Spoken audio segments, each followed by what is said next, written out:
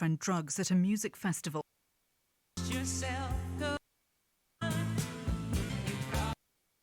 He's producing, Jason is making it all happen electronically, and Dom is taking the calls. So that's the gist. The number, as I've already said, is 0800 218 2255. Your calls are welcome. How do Nick? Hello, Iain. Hello, Nick. I'd like to offer some advice to that gentleman who phoned yesterday, who's looking for a potential partner. Okay. When the restrictions have been lifted, he can join a singles walking club. Yeah. And the speed dating as well. Online dating. Yeah, we've mentioned both of those to him in the past. Right. I've got a few more. Okay. He could ask a friend if they know of any women he could be introduced to if they're single. Yeah. He could learn a new skill at night school.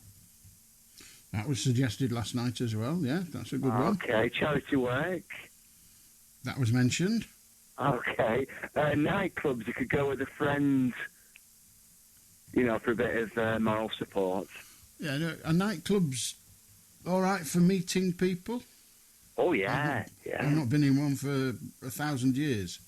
Yeah, it's, yeah. And also, I don't know if they do this anymore, but it could try a Lonely Hearts in the newspaper. Yeah. That's so there are some options for him. There are always options, yes. Yeah, and he's a relatively young man, and there's no reason why he can't find anyone. I know he hasn't got a lot of confidence, but once he gets a bit more experience on the dating scene, he might... Yeah, I mean, lack of confidence can't be a drawback. I've copped off in the past. Oh, right. Because I got married when I was 45, so, Yeah. It doesn't matter what age you are. You can, there's always someone... There's always a person for other people. You just got to go out there and sort of mingle. The hard part isn't for the gentleman that was on last evening. The hard part isn't finding places; it's finding the confidence. When you're shy, and I mean, I was joking about my own prowess at being not very good at chatting people up, but when you're shy, and I am shy, it's very hard to start a conversation with a stranger. It could go on a confidence course. Mm. You have like confidence courses, don't they? They do. And there's something else. What is it? And there's books you could read, self-help books as well. Yeah, there's all sorts. About building your confidence and, no, it's not easy. It's not because, there's the possibility of rejection, obviously. That's the difficulty. Which isn't nice, but you just got to get past that and just move on to the next one. Mm. And I just hope he has a bit of success because he's got a full-time job and he's got a house mortgage. He's got prospects. I think he just needs to build his confidence up, and I think he'll be all right. I think you might be right. He'll be phoning us up next week and telling him he's married with 3 kids. Good on you, Nick. Cheers, mate. Have a good night. 0800 218 2255. Matt's new. Good evening, Matt. Hi, are you okay? I'm very well, thank you. Yeah, no, it was just, it was interesting to, so the last song, sorry, what was the song again? It's just, I've been listening to so much you've been saying, I forgot the song, what was playing. It was You're So Vain by Carly Simon. Yeah, and you mentioned, you could swear it was about you, and I was thinking the same thing. Indeed, that's the whole point of the song, isn't it? Yeah, it's always about us. Yeah, it was, and the thing was, I was thinking to myself, does it portray a spectrum, or is it like just one thing? You know, it's the way you see a relationship, and the way you are in a relationship, if you like. Yeah. So it's, you know, you portray yourself as one thing, and then, you know, you may be in another situation. Yeah. If you like. Yeah. So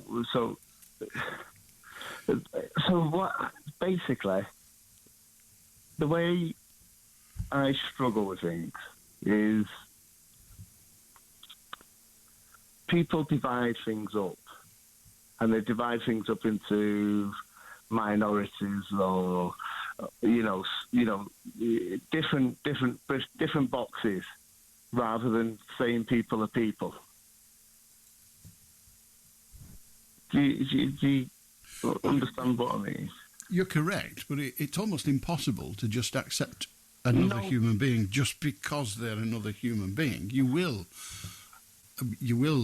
if you like, segregate the different elements of their personality, the ones you like and the ones you dislike. We will do that on a personal level, though. Yes, we do that on a personal level. We shouldn't really do that on a social level. I mean, we shouldn't. You're a celebrity. You're a celebrity. Then fair enough. Then they're putting themselves out there to be, you know, viewed and admired, if you like. But on a more social level, if you start with the basics, it seems very simple, and then, you know, it escalates and it escalates and it escalates, and then it's almost like a virus itself. It infects the mind, it infects people, it infects everything. You know, people should come back to a standard way of living, and then building from that, I feel, rather than trying to jump in on the social media ladder when it's way out of your spectrum.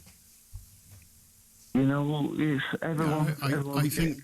I think I agree with you. Well, I know I agree with you that social media is not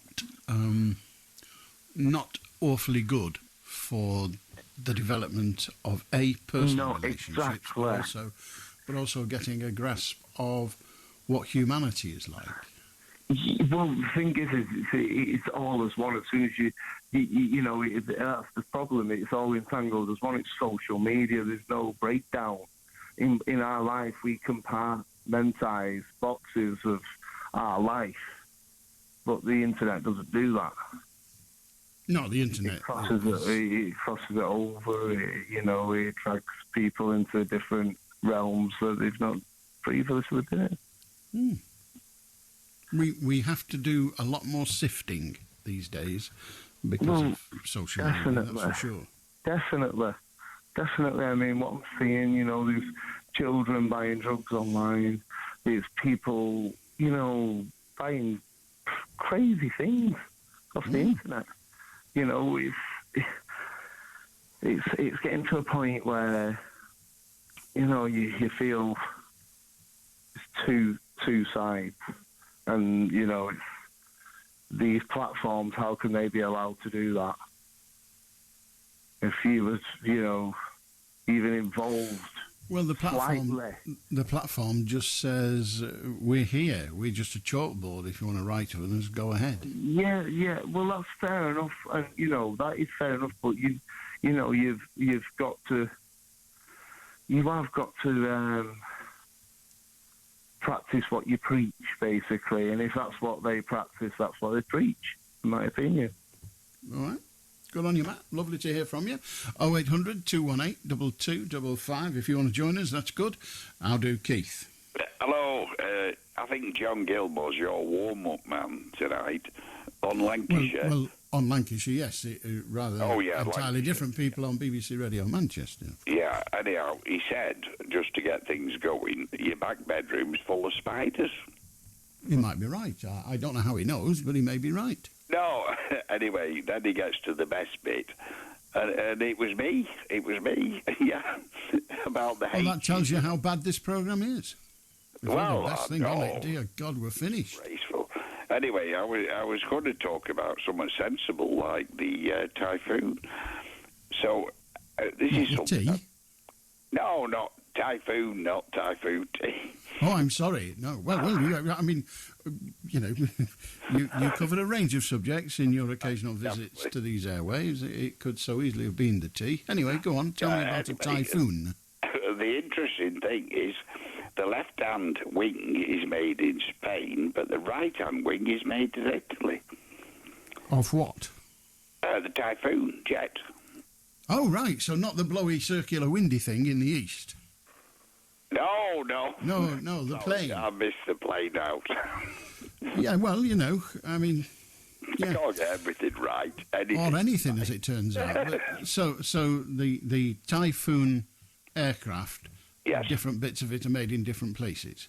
Yes, but all to less than a millimetre tolerance, which is amazing, really. Well, you want them to fit together, don't you? I mean, come on, when you buy Lego, that fits together. I mean, if we can get Lego to fit together, then a fighter jet should be able to. But it's not unusual for different bits of a large object to be made in different places. But I would have thought the left and the right-hand wing would be made in the same place rather than two different countries. Well, if you want two different people to make the wings, to give jobs to people in both those areas, it is wise to have them make just one sort. Yes, makes sense. And you'll need the same number from both. Yes. Otherwise, the planes will go round in circles. Of course. And then when the thing is completed, and I believe there are about 60 million, these... you don't need that many. No, 60 million for one. Oh, that's what they cost? Yes. Right, because you said when they're completed, there's about 60 million. I thought you meant there'll be 60 million of them. So when they're completed, they cost 60 million. Yeah, and... How much do they cost before they're completed? Well, a lot. I don't know. Right, okay.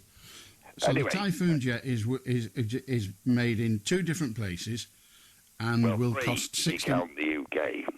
I usually do count the UK, otherwise I've not got anywhere to live. So 3...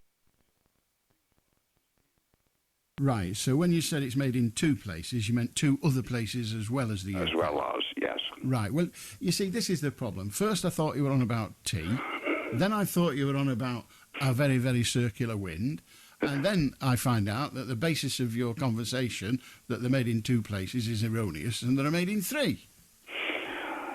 Right. Well, I think I better finish with the test pilot takes it on a 500-mile RAS after that. Well, where else would he do? He's not going to do it round the corner, is he? Oh, he does it 300 mile an hour. Yeah, he's going to be in Scotland in no time. Well, it depends where he starts from. I think I've definitely said enough tonight, Alan. Well, I mean, I don't know whether that's exclusive to this evening, but never mind. Thank you very much. 0800 218 2255. Hello, Trevor. Hi, Alan. Are you doing all right? I'm doing mighty fine, thank you. Good. It's a nice day today. At least we'll get some rain tomorrow, though. A lot of rain, I think. So they say in the news on the weather report. I was looking at the weather report for yesterday about Western Coast. No, can you hear me now? It's really hot there. I know to turn my microphone. 130 death hours, so they say. But Hello. my point was, do you believe in creationism or Hello there. evolutionism, or are they both the same? Or I'm going to put the link into Twitter and see what happens. By Mrs. gave me a book for Christmas one year, and I just started to read it, and it's all about the interpretation of and how you interpret it. And basically, it's like you say, it's a novel in many ways, or there's many different types of writing within the Bible. There's poetry, there's legal statements, there's history, there's many different writings. And sometimes it repeats itself. It says one thing and then repeats it again a little bit further on. Or for example, there is one part that says, when you're close to death, you should take strong drink. Well, they wondered about that. Strong drink's mentioned 21 times in the Bible. I'll get to the point in a moment. But the point is that when they looked at the word that we used was a Hebrew word called sikar. And he looked at the Akkadian languages, the old language of the Assyrians.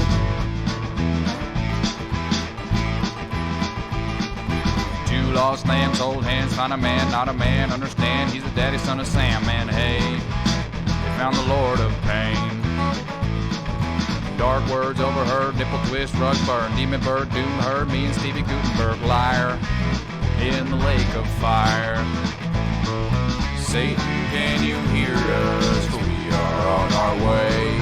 I'd just like to give our praise today, 'cause that's the acolyte way.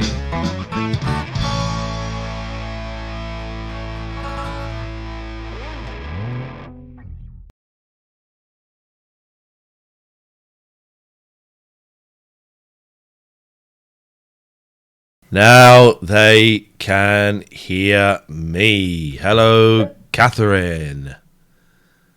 Well, you can speak. Okay, hello. I was just going to waggle my computer a bit more. Hang on. Can I ask? Hang on. Oh, Jesus, now it's not quite working. Hang on, I need to do something. Oh, it's going to be one of those days. I've got to wire that through there. If I wire that through... Oh, it's all gone wrong. Guys, can you hear Catherine and does it sound okay in the chat? Can you hear Catherine and does it sound okay? And if anyone just writes yes or no, you're going to get timed out. Catherine, can you just talk for a minute, please? Yeah. I should have done this before, shouldn't I? Hello, 1 2 1 2. So keep talking. I need to see the thing. And can you hear me? Hello. All right, you're coming. Hang on a minute. I can fix the echo. Oh, no, the echo shouldn't be there. The echo. I love technology. Why are you coming through there? there? So fun to me. It is fun, actually. Oh, no, here we go. It's my fault. Right, now try. Wonk now. Why? But talk into the microphone properly because you need to be near it. Hello. Are you using your Blue Yeti? Yes, I am. You need to be really close to it and you need to up the gain. That's why I'm gonna. Because you're very low. Now, how's that? It's still really low. 1 2 1 2 1 2. Yeah, you're much lower than me. How well, at what setting have you got the Yeti on, first of all? I've got it on. Hang on. Here we go. All right. Now. How's that? You need to up the gain. It's whacked up. Just whacked it up now. You're really low on my mixer, so I'm massively louder than you. So what could I do to change that? How about if I went and did that? Right, talk now. Hello. I'm hoping that's spot on. Is it? All right. I don't want anyone to talk now. Apart from Matty, because Matty is the only person I trust when it comes to the audios. Matty, her audio looks way lower on my mixer, but do we sound similar?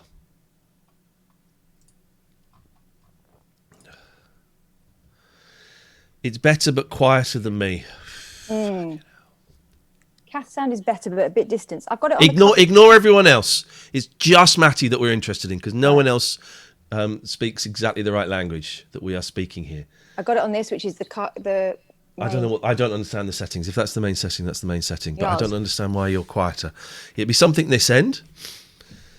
So how are we going to? Let's get rid of that first of all. Right. How are we going to make that?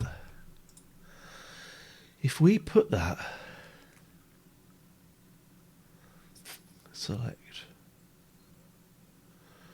Okay, hang on. If I then did... you've chosen the Yeti in Zoom, haven't you? Yeah. Yeah. Just scratch the microphone for me. Yeah. You've chosen Yeti in Zoom. If you go to audio settings... Here we go. If you go to... So you click on where you'd add the microphone. At the bottom is audio settings. Then in audio... Hang on. What we got? Select a microphone. No, now. It says built-in microphone or external, but I didn't select that before. Hang on, let's go again. Get ready to get your ears blasted off, everybody. All right, sorry everyone about this. This is what life... Now it's not registering the Yeti. Why is it not seeing that? I don't know. take it out and put it in again. It's not saying it at all. No, I did have that, so it must have come out again. Hang on, let's go to... Do you know what? Maybe I should go out and come back in again. Okay. Sorry. Won't be a minute. Goodbye. Goodbye, everybody. Goodbye. Why wouldn't it recognise her Yeti microphone, guys? What would that be all about? What would that be about, do we think? That's right, we're going to do the whole show on Zoom today.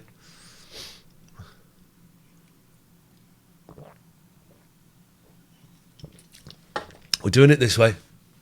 I'm in quarantine until I get the results of my corona test back. Do you want to hear something? Do you want to hear a mystery sound? See if you can guess what this mystery sound is. Where did I put it? Here we go. What's this mystery sound? Are you ready?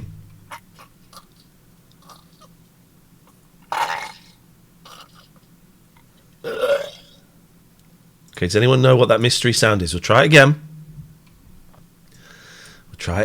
Mystery sound. It's a mystery sound, but what is it? Oh. What is the mystery sound?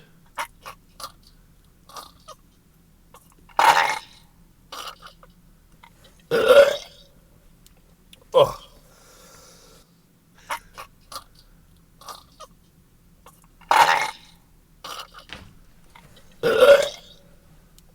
Oh. Yeah, that's me doing the corona test, guys. That's me swabbing myself in my car. That's what that is. It's me swabbing myself. I'm a tough guy. I'm a very, very tough guy. I had a COVID test today. Oh, there's James Bond there. We'll see how we get on today. So I don't feel very well. I think it's just a cold. You did well. But what does that mean I did well? Really? People, hit chat. Chat. You don't have to comment on everything. Okay? You don't have to comment. I'm not picking on anyone, but you don't have to comment on everything. Okay? So we're waiting for Catherine. So yeah, until I get the test results, which should hopefully be tomorrow, maybe the day after. My kids are out of school. And Kath's doing the show from her house. I'm doing the show from my house. It's just a cold. I'm sure it's just a cold. Very creepy. I recorded the whole thing. I'm going to put it out as a podcast on my Patreon and then put it out a few weeks later. Fuck Roger. You don't have to comment on everything. So you don't have to comment on everything. Please. And none of you are doctors. I take my temperature's all right. I feel really, really hot, but my temperature's fine.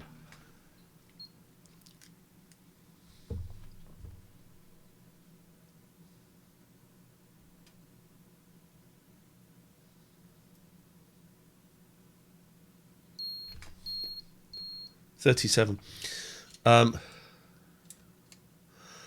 I don't feel very well. My cough kind of has eased off a bit. I'm feeling hot. I'm feeling very tired, feeling very grumpy. I don't feel very well at all. Been asleep most of the day. Money, if it's a choice between Patreon or Twitch, go for Twitch. Go for Twitch, because then it goes between me and Kath.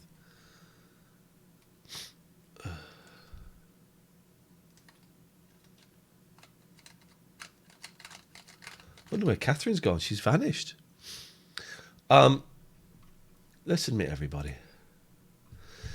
Here they come. Hey, Boyley's coming in.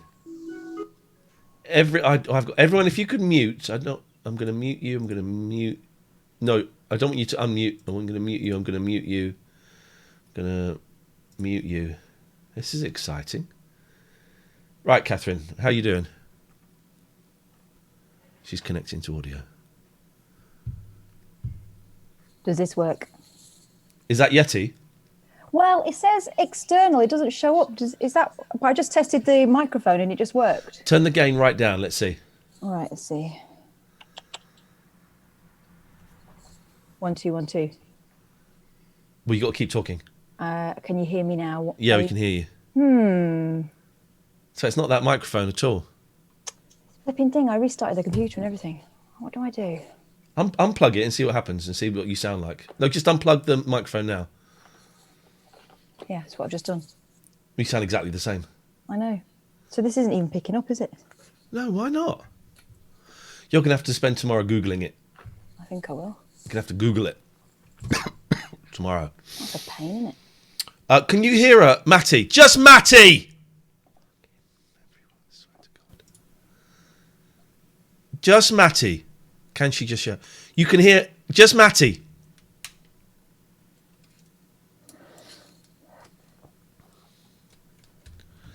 I'm gonna do a Kaz on you and just ban you all from my life. It's fine. We're gonna cope. We're gonna cope. We're gonna cope with it. We're gonna do it. We're doing it. I don't like it. I wonder if there's something on my computer. Who did that? Alexander Van Cleef. Goodbye, Alexander. Goodbye, Alexander. Thank you. Goodbye, Alexander. Thank you. Thank you.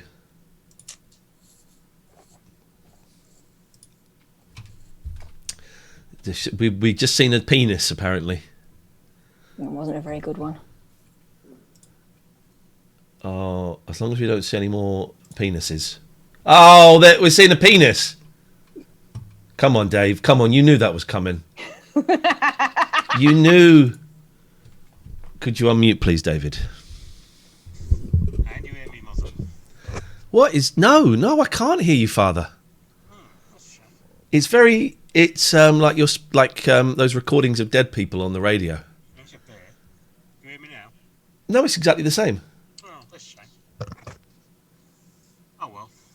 This is working well, isn't it?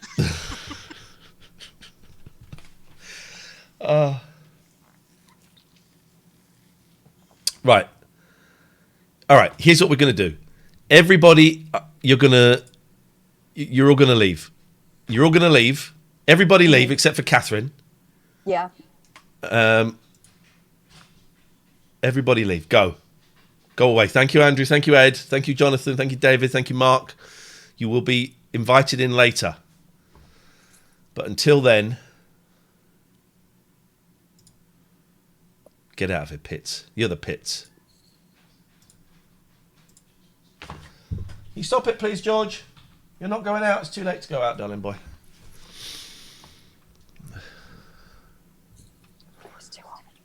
It's hot, isn't it? There was an earthquake near me. Well, apparently near me, but I didn't feel a thing, and I was. I didn't feel it. I didn't feel the earthquake.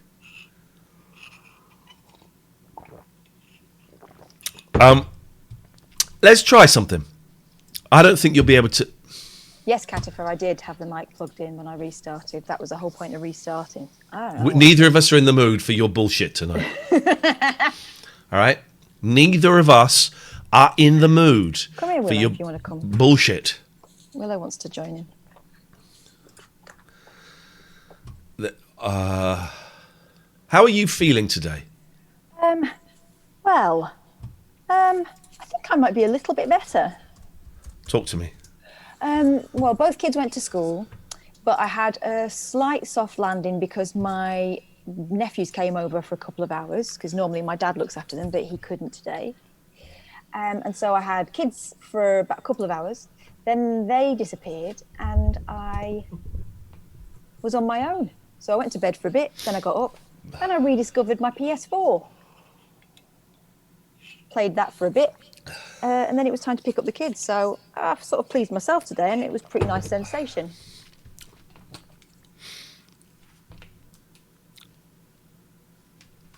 Good.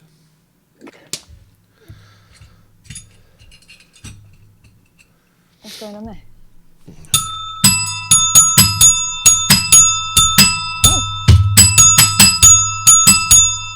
Don't be smutty Dawson-y, mate. Although I knew one of you would fall for that one. Masturbation. Yeah. And what if I did? I was on my own. Do what I want. Exactly. I didn't today. I can't. No. I don't feel it. This ain't lasting 3 hours, says Moz. You're right. It's not lasting 3 hours. We're going to do 5 hours tonight just to piss you off. Piece of trash. I don't feel very well. I feel very hot. I haven't really got a temperature, but I feel very hot. Yeah. You went and had a test, didn't you? I got my COVID test. I had to go to Windsor for it, and it's very, very weird. I recorded it. I'm going to put it out as a podcast. We've played the mystery sound already. You have. Hang on a second. There's an idiot playing with the box that I'm popping up my computer. Just 1 moment, please. Come here, madam. Let's play a game. Let's see who can go the longest without making a comment in the chat. Let's play a game. Hello, Willow. Look at that beautiful cat. The arrogance. Let's play a game. Let's see who can go the longest without making a really unnecessary comment in the chat. Let's see. I think I know who's going to lose.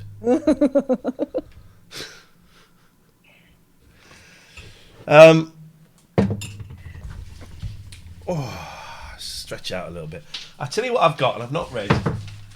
I've had to keep them hidden because I had the boys here when I bought one. I had to hide it in the boot of my car. Right. We'll invite you in a bit. There's no way I could do Skype and have you hear it, is there? I don't know. Try it. No. It's not. No, I'm looking at the settings. It won't work the way it is because it's coming through that microphone. No. Right. Nope. God, it's so hot. Oh, what you got? Excellent work. Got the sports. Should we have a look? Yeah, let's do it. You can't see that, right?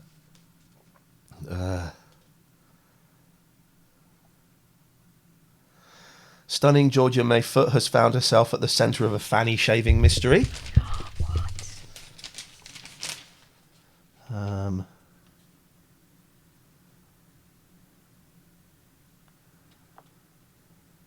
Oh. Hang on a second.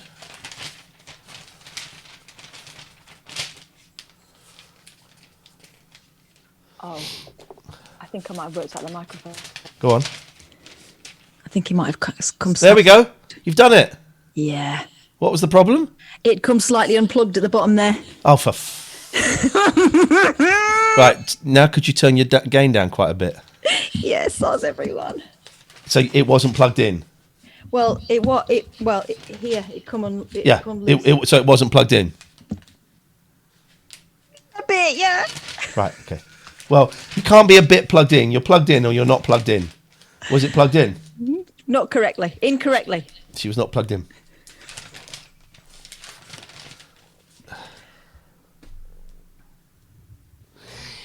If she wants an ice cream while having her toes sucked, Sarah Knight's husband will quickly and eagerly oblige. Oof. Because she has it in writing. She has it in writing. Because she has it in writing that Jan is obliged to do so. Jan. She's got a contract, has she?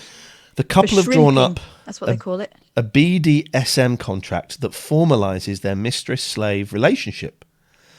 The Knights, who have been married for 2 years, say both of them are very happy when Sarah is bossing Jan about. The pair play out kinky power play scenes up in the bedroom, but Jan will also be at his wife's beck and call in general everyday life. Glasgow-born Sarah, 43, says that she enjoys pouring hot wax on her man's balls. Oh. Mate! And inflicting pain with nipple clamps. She says of her Dutch hubby, Jan has a foot fetish and I very much use that to tease him with and reward him, but only if he's good and does what he's told. I order him to worship my feet and to smell, lick and kiss them and suck my toes. I will step when we really get into it. I will step on him hard, either barefooted or with high heels, and that can hurt. I bet he can. Flipping heck. If he's a good boy, then he will get a foot job, but only if he pleases his mistress. I can't stop thinking about Baby Bell. Iain does most of the housework because I find it a tedious effort. But we acknowledge it will be very intense mentally to be a slave 24/7, so we have scheduled in days off. Right. I'm demanding, but I can also be a very kind and reasonable mistress. Yeah, she's not all bad. She says, I get a kick from feeling powerful and in control. Iain finds a release in having power taken away from him. It's de-stressing, removing responsibilities. For instance, Iain won't accept anything that draws blood or will maim him, and he doesn't like being choked. Oh my God. He draws the line there. BDSM, in a second, we're getting to a good bit, and I just need to tape. I'm just taping my balls up, hang on. Getting to a good bit. Some show tonight, guys.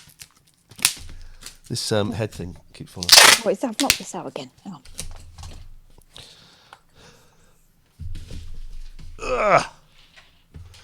Welcome to a very professional stream tonight, guys.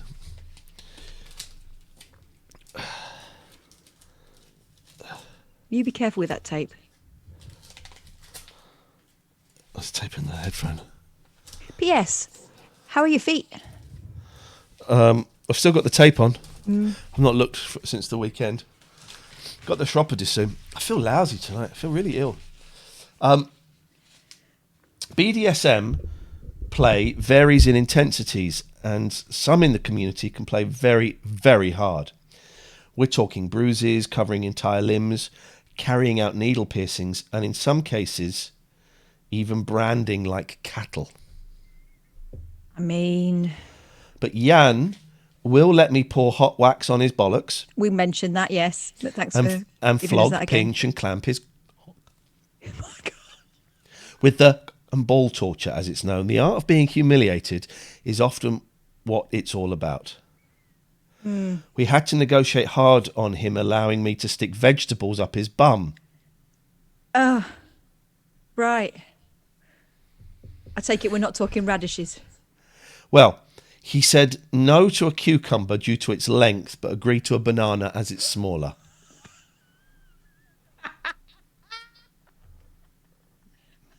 He has got his limits. And the final quote is, it's quite romantic actually, because it's all sex, sex, sex, and then the last little bit is very romantic. I really have the best marriage. I get to knee my husband in the balls, then order him to make me dinner. That's lovely. That is lovely. Is it not a bit abusive? That is lovely. A mum was shocked to discover the face of Jesus in a supermarket potato. Nikki Halkerston, 44, was unloading her weekly shop when she spotted the face of Christ in a pack of £1.15 Aldi Spuds. Receptionist Nikki of Dundee said, as soon as I put the packet on the kitchen top, I saw it. It was obvious it was Jesus' face. It was just looking at me. Where else would he be? I've seen stories about people finding Jesus in their food, but I can never usually see it. This was just so obviously him. I called my husband into the kitchen. He's usually really sceptical about these sort of things. He never gets overexcited about anything. But even he said it looked like Jesus. She added, I've eaten it now. She ate Jesus? I bet he's delicious. Oh, I'm sure it is. I bet he's delicious. Shouldn't he be in a museum? You can't be eating our Lord and Saviour. Unless it's under supervision of a priest. I know they're encouraging that, aren't they?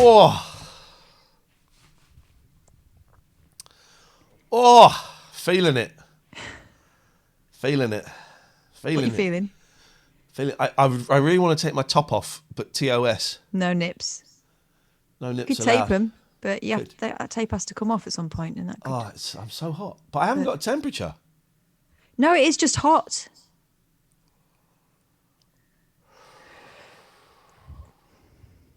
I wish it'd make its mind up. That's what you have to say, isn't it, about the weather when it's cold one day and hot the next. What are we going to do? If I were when there's technical issues, I like to I let them percolate in the back of my head, and I will wake up at 4 o'clock this morning and go, "That's how you do it." I can't. I'm not one of those problem solvers that can just do it and then just get it. And I've got to stop thinking about it at the frontal vortex of my brain and let it go to the rear cortex. Well, listen, why don't you just let the perverts back in now my microphone's sorted? Because it becomes a bit of a car crash. One at a time.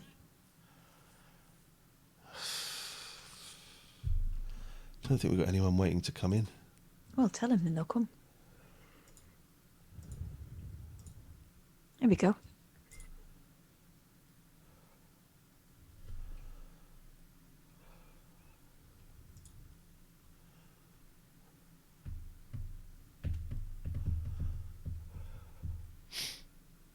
What's going on there? It's all very quiet, but it seems to be connecting to audio from where I... Hey, Billy. Hey, how you doing? Hey, Billy McCurdy. How you doing, guys? It's nice to hear your voice. I've seen you on Twitter, but I didn't know how you'd sound.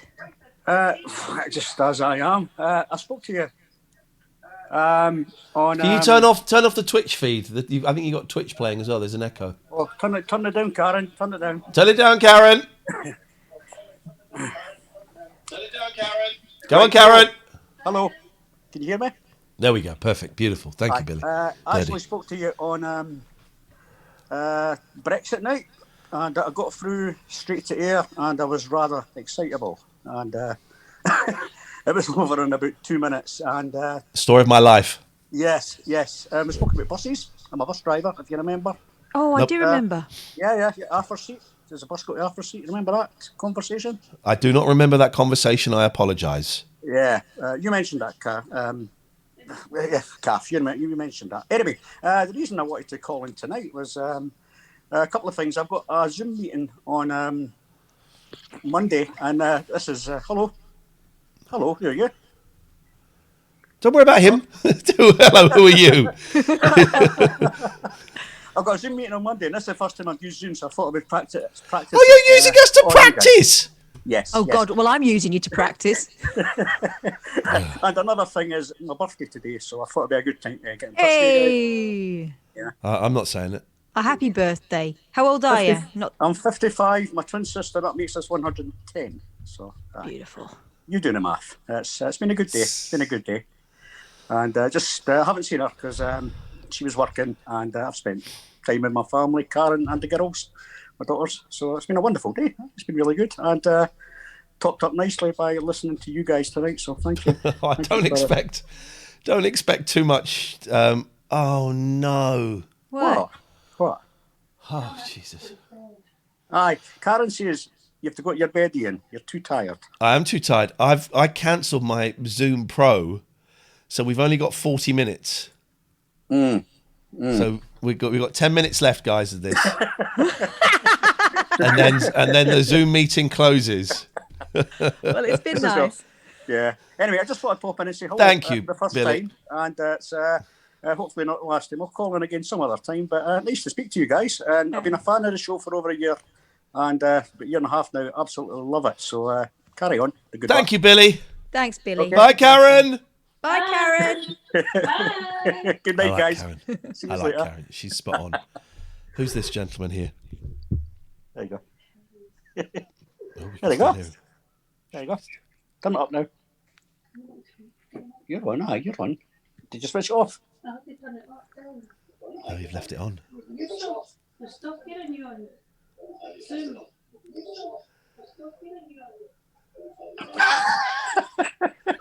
I think we're still on here. You are, you daft bugger. Right, as I say, I'm just practicing with this. Learn how to hang up before your meeting. I better go back on to Zoom and hang up. I don't even know how to do that. So here we go. Right, okay. How do I hang up? Go to the bottom right-hand corner where it says end or something. Leave, it says, with a red button. Right, okay. No. I'm going to have to shut the phone down. Okay, he's gone. He's gone. He's just thrown the phone out the window. Hello, caller, iPhone. Who's iPhone? Me. Hello, you. Hello. Hello, you. How you doing, Hello. man? I'm alright. How you feeling, Ian? I'm all right. It's just a cold, but I'm all right. Yeah. How you, Catherine? You alright? Yeah, I'm okay. I'm all right. What's going on in your world? Nothing much. I just wondered what was happening, so I would try and join, but I was waiting a while to get in there. Well, we like to build up the excitement, and it gets really high octane when you're in. Did I miss much? No. Nothing. No, well, it's nice to be here anyway. It's nice to be here. Are you Beastie Boy? Yeah. Aha! Aha, it's me. Yeah, did you know? I will not reveal my sources, but I've just seen evidence. Oh, right. Did you get timed out in the chat the other day? I did, yeah. Was that you? Was it the mods? I timed you out. Was it you? Were you telling me to get a COVID test? I asked if your temperature changed, would you change your mind if you thought you'd You were that prick? That was that guy. Yeah. Jesus Christ. Of course I would. Katie, we can't switch to Skype, right? We can't switch to Skype because how can we have multiple people on Skype? This is honestly, trust me, everyone. I have thought about this. It's the only way, guys. Jesus. I'm gonna ban everyone in the chat tonight. Everyone. Bibbingtons. I've done it. I can mute, but I can't unmute. Right. I can mute, but I can't unmute. But I did go for my COVID test today. It took a while to get the test book because it was all booked up and all of the home ones were booked up. But then I just kept checking. Apparently they released them on the hour. And I got one in Windsor, which is about an hour away from me. So I went there. And it was very weird. I had to do it myself. I thought that there would be someone where they do it through the window. You just drive through this car park with your windows closed, and they kind of shout instructions at you. And then you go, have you tried Yahoo Messenger? And then I'm very quiet. Am I quiet? Am I quiet? Just Matty answer. Am I quiet? Because if I am not, Derek Muswell is getting timed out. Matty, am I quiet? Am I very quiet? Am I very quiet? That's what is being said there. You are very quiet. Derek Muswell can hardly hear me. Well, you were, but it's fine now to me anyway. Is it okay now? Anyway. Right, can we time out Barbara Grass, please, for just saying no? And can we time out Maparos for saying yeah? You cannot time those people out, please, because you can't just go yes or no in the chat, okay? Now I'm too loud. Fuck. Right, now time Malcolm out. Time Electric Will out. And now, oh, Jesus, I swear to God, I'm going to go to bed in a minute. Now I'm too loud. What can we do for you, Billy, Birdie, McRae? What can we do for you? You talking about Bestie Boy? Bestie Boy, yes. Nothing. How was the test? I heard it can be quite uncomfortable, Jack. Oh, yeah. You had to do it to yourself, didn't you? And so it was in a car both at park. the same hole. It was in a car park, and you drive up to someone, and I'd said, I booked for 12, but I'm a bit early. Not a problem, drive through. Go up to another thing. They knock on the window and ask you to lower it a little bit, and they throw in a grey plastic bag into your car, and then they tell you to move forward. A guy tells you to park. Windows up. Guy knocks on the window and says, right, what you need to do is you need to follow the instructions inside that pack. If you have any problems, put your hazard lights on, and someone will come over and help you. It's like, okay. So that was when I realised I was doing it. So then you open it, and there's a swab, there's a little vial, and there's some instructions. And I forgot to bring my gel with me, so I had to put my hazard lights on and said, I'm sorry, I haven't got any gel or gloves. So they gave me some gloves. Get the swab out, and you have to swab the back of your throat, your tonsils, for 10 seconds. And for anyone wondering, this is what it sounds like.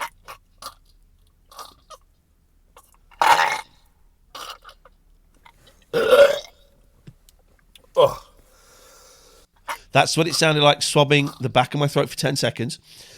Then you have the same end. It's like a giant cotton bud.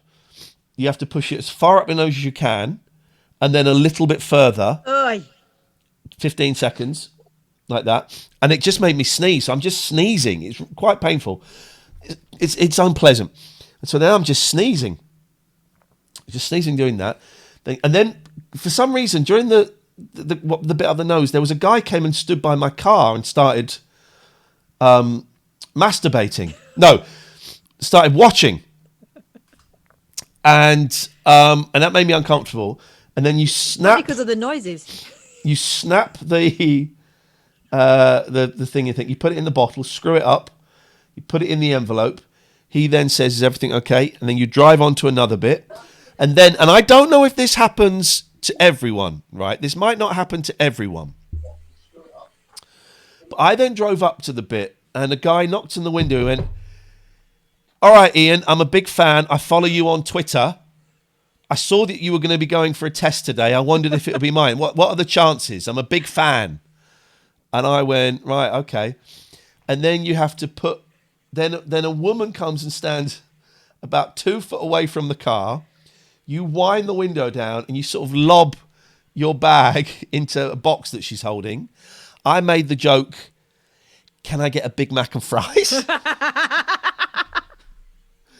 And then you drive off, and that's it. It's unpleasant. It's unpleasant and uncomfortable, but that's it. And I don't think I've got it. I think it is a cold. But my ex-wife, is a reporter for the BBC, and I told her what I was doing, and she told her boss, who told her to go home because I'd seen her on Sunday. I'd been in contact with her on Sunday, so she had to go home. She phoned up the school to see what the school procedure was. Do we take the boys out? They said, "No, you don't have to, but call 111 and see what their advice is." So she called 111, and of course they didn't have a clue. So, but she has taken the boys out of school until I get the results back. My youngest apparently was in tears, worried about me. So it's been quite a stressful old day, but I should find out tomorrow or the day after. And I won't have it, and I'll be disappointed. Isn't that weird? That's how my nuts mind is. I'll be gutted that I don't have it. When actually, of course, it's great that I don't have it. But I do feel a bit queer. You know, I do feel a little bit peculiar. Mm. You all right, Alistair? Yes, mate. Can you hear me? Yeah, I can hear you. I've deleted Golf Rival. Good. Phone. Good. It was very good to do. Yeah. I saw you discussing with Roger online. Yeah.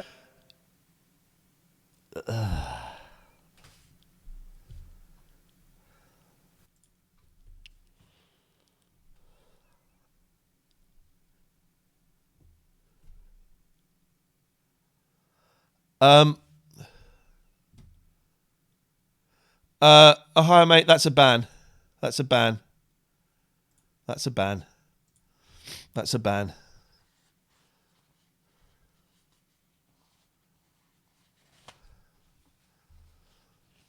All right, love.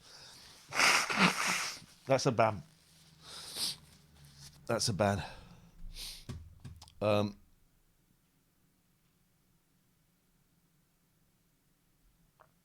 I had Zoom Pro. I cancelled it yesterday. I thought I'm never going to need it. Should we get Zoom Pro again?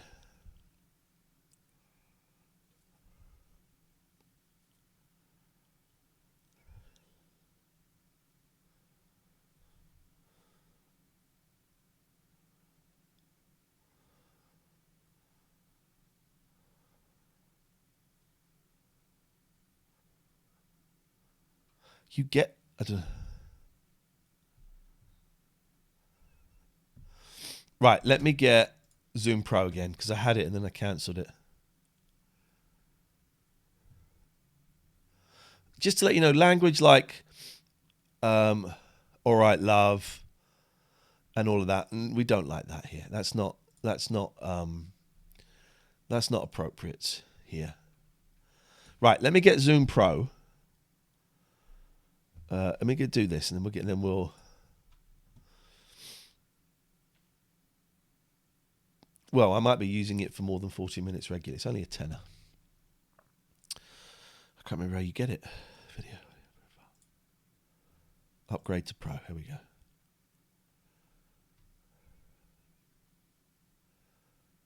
Hello, Bless. Come in. It's coming, Kath. I'm going to get Zoom Pro.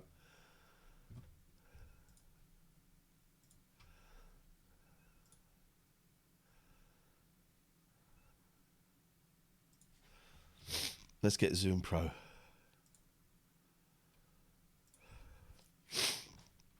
We'll do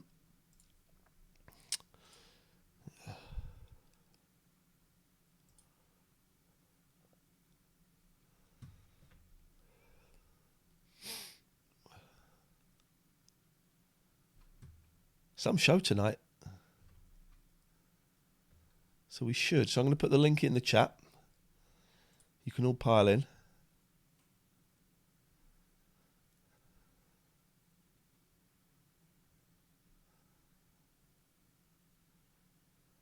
Had a guest calling me little girl. Who was that? Oh, at work.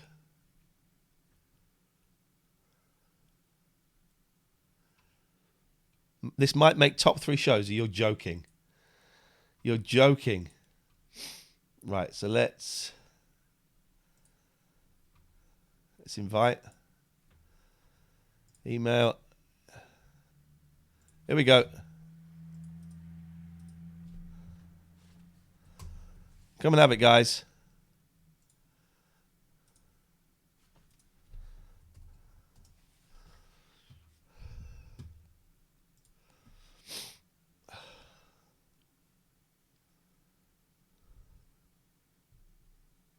Top 50.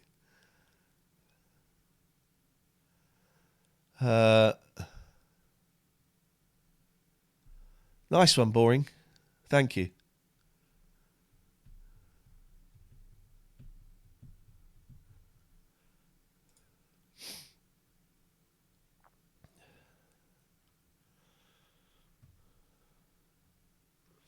That's my best mate.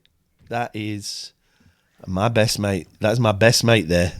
Hooray! She's my best mate. And I'm going to stick this right up her Watusi. You are not.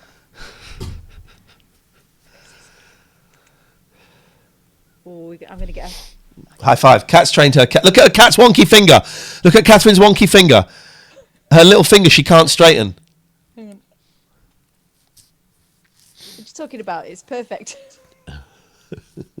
Show them how you can high five your cat. All right, do you want to see it? Let's just move them up there. She's here waiting. Come in then. Meanwhile, George is asleep on your chair. If anyone is interested. It's an outrage. There's George. Hang on, here she is. Hang on. Cats are the best, man. Cats are the best. I've got all my art stuff there. It's a right old tip. You can join without video, of course you can. Hello, Willow. High She's five. so beautiful. Yes, mate. Do it again. She'll do this all night. Hang on. High five. Good girl. Can we time out Ebomit, please, for 6 minutes for saying cats are dicks? I mean, she is a bit of a dick, to be honest. Okay, don't do that timeout then. Don't do that timeout then. High five. High five. Good girl. That's amazing, right? Hang on. Let me make you full screen. Go on. Ready? Okay, hang on. Let's make it a bit bigger. Ready? High five. Good girl. Can't train cats, apparently. High five. Good girl. There's not... Here we go. High up, high up, high up. Good girl.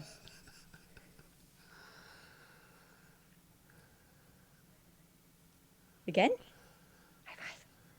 Good girl. I think she's right-handed. I wonder if I should do it with the other hand. High five. Yeah, always that one.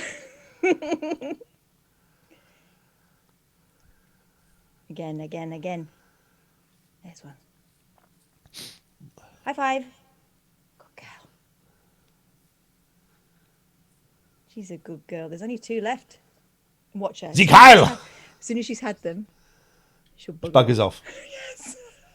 The fun is over. One more. Ebomit takes it back. Thank you very much. That was fun. There we go. Good girl. She's a good girl. She's a beauty. No more, I'm afraid. It's all gone. All gone. She's trying both. Sorry, mate. They're gone. Right, now. Go away. Mummy's got to work. Speaking of work. Hang on a second. My computer's being very, very slow today. It's time to talk about our sponsors. This show would not be happening tonight if it were not for the following 4 companies. So indulge us for 2 minutes while I say hello to 34sp.com.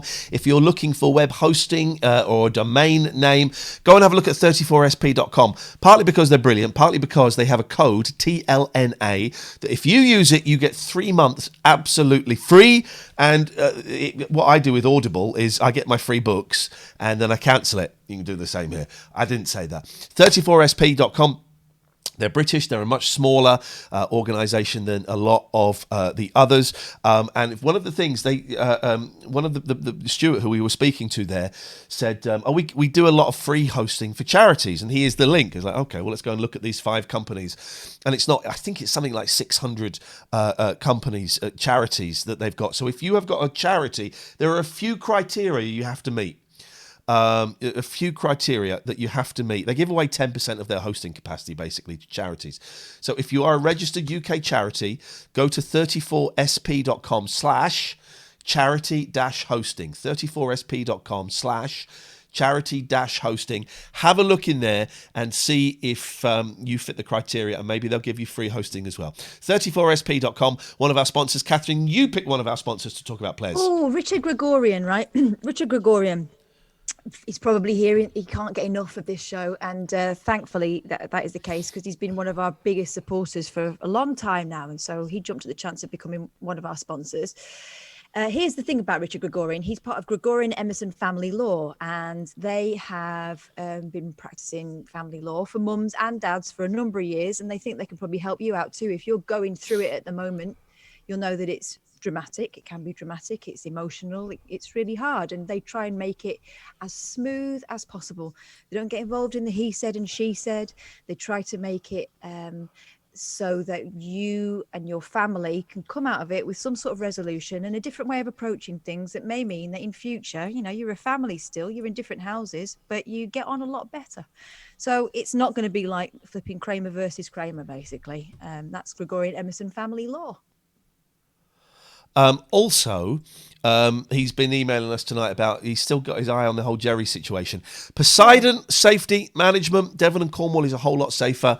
I don't think the internet is, though, because I've seen Nick at Poseidon Safe on Twitter arguing with Richard Gregorian on Twitter. This is kicking off. Don't argue with Gregorian. Well, don't argue also with someone that's got a big dog. This is true. So it's, I think he's offered £500 to charity if Richard gets mauled to death by a dog. I don't quite know how that works. But Cornwall and Devon are safer tonight as a direct result of Poseidon Safety Management. They are Cornwall's only authorised installer of radar vision, which is like a security system that doesn't need power, doesn't need internet, anything like that.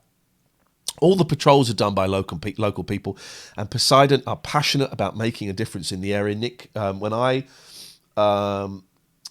we had to take a couple of days off last week, and we emailed all of our advertisers, everyone, really sorry, you can either walk away and we'll give you the money back, or we'll give you an extra week. And they all said, no, of course we'll stick around. And Nick sent a very kind email saying, I don't know if you read it, Catherine, saying about how the show had helped him. That's all I'm going to say, because it was a private email. And it was, but we know Nick a little bit, so it wasn't a surprise to read quite a sensitive email. But if you think of security companies, you think of, and they genuinely want to make things better in Devon and Cornwall. So that's Poseidon Safety Management. Follow them on Twitter at Poseidon Safe, because I think they're probably going to get kicked off very, very soon. Catherine, last one to you. It's got to be Sommers. The Sommers boys, Management. James and Mark. They're so good at waste management. They didn't even notice that they were apparently, along with me, in the middle of an earthquake this morning. They were too busy doing their very best for their customers, with the help of Bob the cat, of course, taking a temperature. So here's the thing. Sommers Waste Solutions, based in Bedfordshire, family business. But they serve the whole country. They can help you out with your business, whether it is big or small. If you've got to bin something, they are the ones to talk to. A lot of big companies in particular, you know, factories, big business, will have different kinds of contracts with different companies to get rid of different bits of waste. So your confidential waste, toxic waste, clinical waste, industrial waste, all that sort of stuff. They're your one-stop shop. So have a conversation with them about it, and they reckon they can save you money, and they can also improve your green credentials. There you go. That's Sommer's Waste Solution. Did you see the clip that? And thank you to all our sponsors. We couldn't do this show without them. Did you see the clip? So we were watching The Big Shop yesterday about Trago Mills from 20 years ago. That reminds me. I wonder if he got back to me. Well, did you see the clip that someone posted of him? No. Oh, it was flipping good. What was his name? Terry? Terry, yeah. Let me see if I can find it. Now, Jamal you'll have to... or something. You'll have to... Someone posted a clip. Here we go. So I'm going to play it, right? You'll have to watch it on... you're going to watch it on a slight delay on Twitch, I'm afraid. Okay.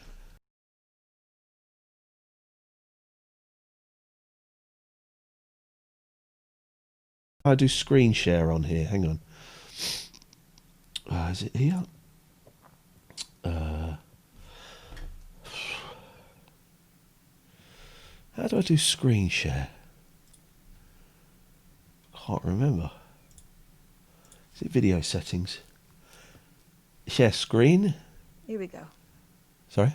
Here we go. I'm getting excited. Well, I don't know. Hang on. I still don't quite know how to do it.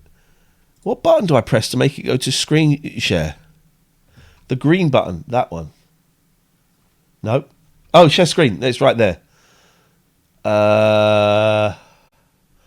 So I'm going to share that. So you're going to see... Can you see that? Brilliant. Watch this.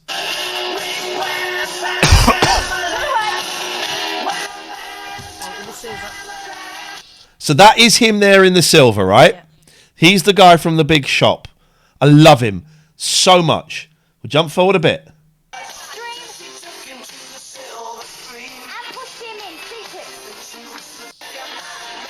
This guy here. I'm so glad he got the job. So am I. I'm so glad. Here we go. So 110. So let's go up to 1 minute. Here we go. We're watching this guy here. What you're about to see is insane.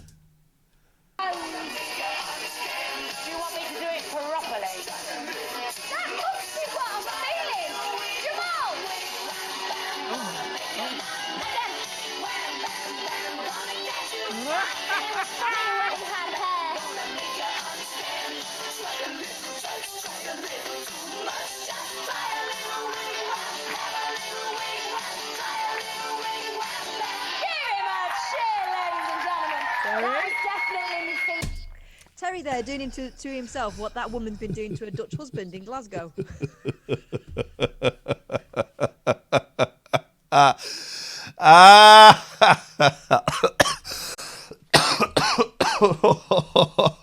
Stop share. There we go. I've got an uncle that dances a bit like that. His kids say he's got electric legs. He's doing that in front of kids, though. No. Doesn't feel right, does it? Doesn't seem right.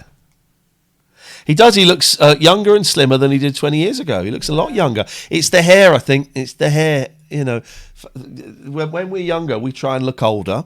When we're older, a lot of us are desperate to look a little bit younger. Yeah. I think. Yeah. Should we bring someone into the chat? Why not?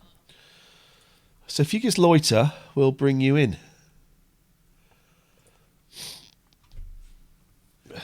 Hey. It's the big guy.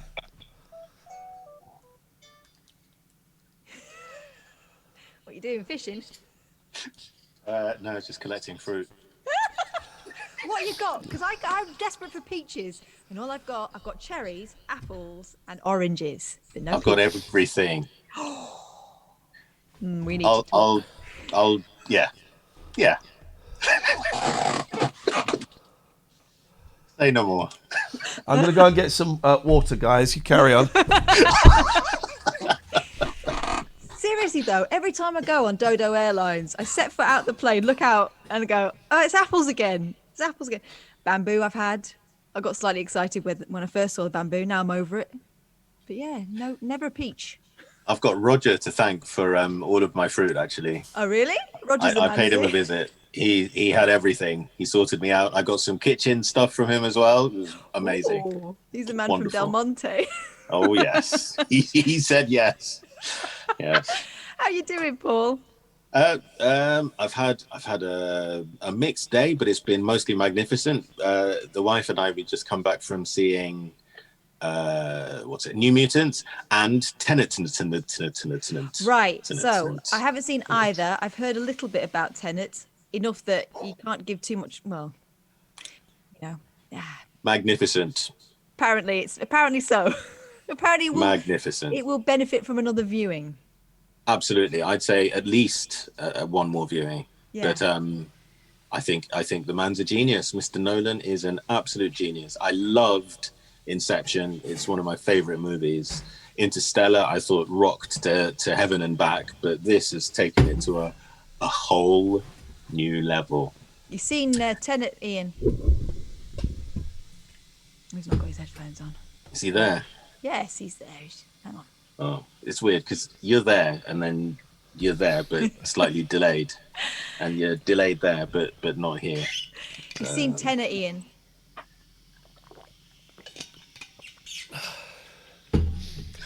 I can't. We'll have to discuss it in private. Did you enjoy it? You did. I did very much. He can answer for himself, Catherine. I know, that's why I did it quietly. Yeah, I'm sorry that Catherine was a little bit racist there, Paul. What? It's made me feel like it's left a sour taste in my mouth. See, my mouth feels worse than it did after the COVID test because of Catherine's. I don't know why I did that. I think it's because I'd been talking to him and then you came in and you couldn't hear anything. You got, what do they call it? What do they call it when they used to phone us up? You got white guilt. Do you remember we had a call about my white guilt? Everything else. It's the more I think about it, the more I really like it, and I want to see it again. Yeah. But oh no, I can't even say. Can I text you something, Paul? Can I text you? Can I text you something? Hang on. How are you gonna do that? Hang on. Whenever you see someone in a mask in a time travel movie, you know what's going to happen. I've WhatsApped you.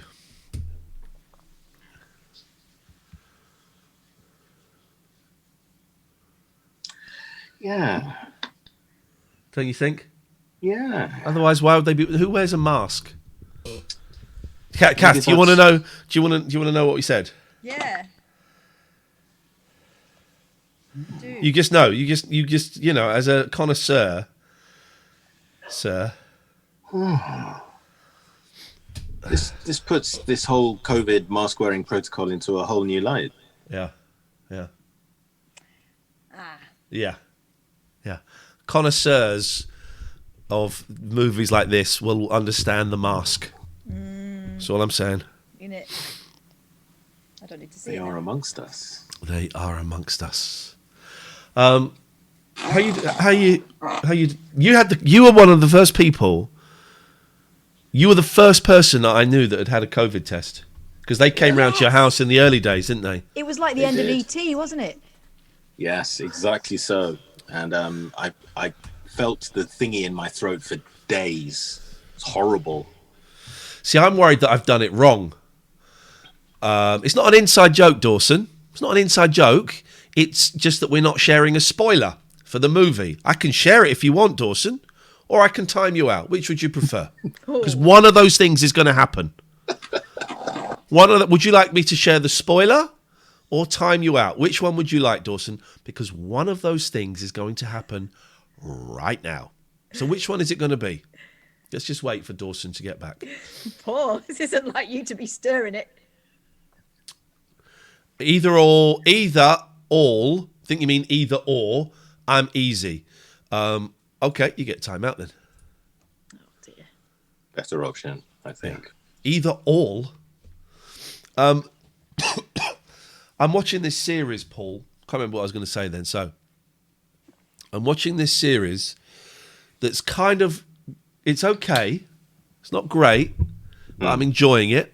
It's beautiful, and it might be about to get silly. Called Forever, and it stars Rippy Minnie Ripperton's daughter, Maya Rudolph, and Fred Armisen, and they're a couple, and they die. Wow. And then there was series 1, episode 6, and they're not even in it. And it's about... Oh, I was in floods of tears, Paul. It's about these estate agents, right? They're absolutely relevant to the series, right? Okay. And they meet at like a house sale, and they've obviously got a connection. And then she goes, "Oh, I'm really sorry. I'm engaged. I'm really sorry. I'm sending out the vibes, and I'm engaged." He's like, "Whoa, hey, that's cool. That's fine. I'm really pleased for you. That's great. Ah, well, never mind." 2 years later, she rocks up at a house sale. They're both married now, individually. And she goes, they just start talking about how their lives are okay, but they can't stop thinking about each other. Oh. And they're both saying, wow, yeah, okay, yeah. So they kiss. Jumps forward a couple of years, and it looks like they're together because he comes home and she's cooking dinner and they kiss and stuff. But then it turns out they're just in another house that's for sale. And when they get a chance, they meet up in these empty houses. What a playhouse. Yeah. And they have dinner, and she says,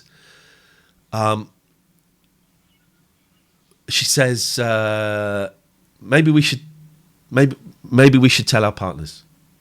Maybe we should tell our partners because I'm meant to be with you. Right? This is beautiful. I was in floods of tears. And he goes, okay. Can we do it in 3 weeks? She goes, why? She goes, well, it's such and such's birthday, and I don't want it to be the birthday where her dad's walked out. And she goes, well, if we do it in 3 weeks, we can't do it in 3 weeks because my parents are over, so it'll have to be like 4 months and stuff. And then end up agreeing they're going to go and do it tonight. They're going to tell their partners tonight, right? And then it cuts, and then you see this old guy walking into the first house that they met. And he goes up to this young woman and goes, I'm here to see Susan. And you get quite quickly, this old guy is the young guy. It's like 40 years later. And the woman goes, oh, I'm really sorry, Susan died a few weeks ago. Oh my God. And I'm there and I'm gone, man. And he goes, okay, thanks for telling me. Okay. Do you mind if I just have a little look around the house? Yeah, of course you can. And then he sits on the stairs and goes, oh my God, Susan, we missed our chance. And then it pulls back and Minnie Ripperton's daughter is there watching as a ghost, and she realises that in the afterlife she needs to seize every opportunity she can. It was so beautiful. I was in floods of tears. I was feeling, sorry for myself because I've got a cold, as you do. And I was in floods of tears. And it's just, why am I saying this? It's just the most beautiful series. It's so beautiful, and not a lot happens in it. But I cannot stop watching it. I cannot stop watching it. It's wonderful. I've spoiled episode 6 of Forever, but I don't think anyone's going to watch it. I don't know anyone that's seen it. It's this obscure little What's it on? thing. It's on Amazon Prime. Okay. Imagine something good on Amazon Prime. I mean, all their stuff is great. Thanks, Jeff. I shall seek it out. Sounds wonderful. Yeah, it's beautiful. It's hot. Well, not a lot happens in it, and there's a great.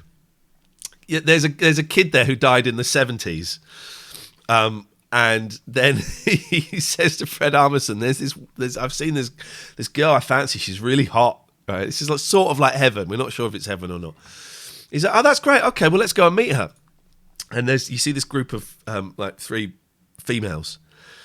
And he goes, Fred goes, why is it that hot young girl there? He goes, no, it's the woman. And there's a woman in her 50s, right? Like, a normal sized and shaped woman in her late 50s. He goes, whoa, that's odd. I would have thought you'd pick someone your own age. And he goes, no. She was in the year above me at school, and she was the hottest thing going. So they have a date. Oh, it's so lovely. I really recommend Forever. Yeah, maybe we'll do a Forever watch party. Maybe we'll do that because it's just beautiful, you know, and there's no great. It's not hilarious. It's just beautiful and gentle, and there's not enough stuff like that. Yeah. Around at the moment, I think. I don't know why it popped into my head then, but my wife is coming up the stairs, and she doesn't know that you're seeing another your stream. It's not at all. Yeah, me and Kath. Not what it looks like. It totally is. Kath, get your boobs out. I'll get my willy out, and we'll keep talking, Paul. I'm nearly there. Oh, I forgot. She's on the perpendicular. I forgot. Yes. Not sorted that out yet. All right. Well, shall we say good evening to you? I think we should, but just before you leave, just something shocking that I found out today about my good lady. What? She's never seen Bill and Ted. Oh, I don't. That is bogus. Bogus. I don't think that many people did actually. I remember the first one being a flop. I'm sure it was a flop. I love that film. It's a rare one that still, I think, stands up. You watch some things from that time, and there are some, you know, I didn't even know what was said. Yeah. slurs thrown out that don't stand these days. But I don't think there are any in Bill and Ted, are there? It's well, no, I don't think so. No. I mean, we can't 69 anymore because of COVID. No. So that's out the window. Yeah.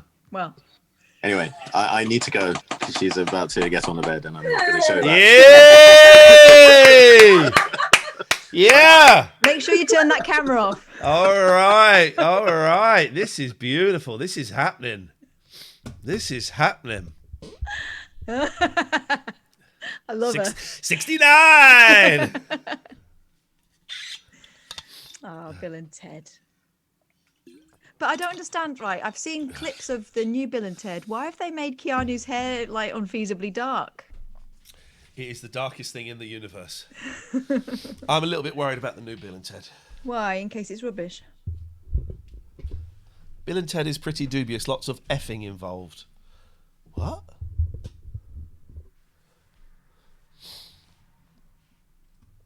Should we see who else wants to come in? Yeah.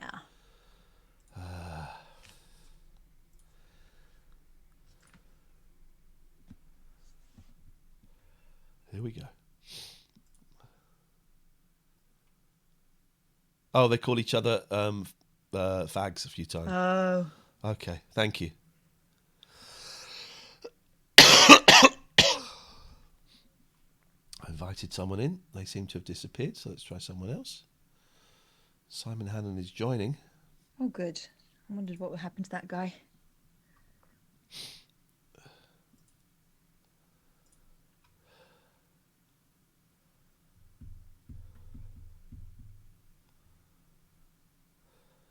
Oh, it's the artist. Yes, it is. He even smokes a cigarette like an artist.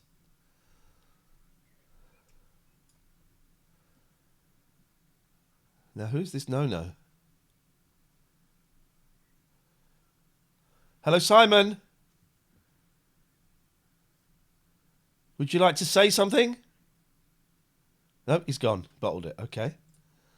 I don't think that was a bottle. I think that was a technical difficulty.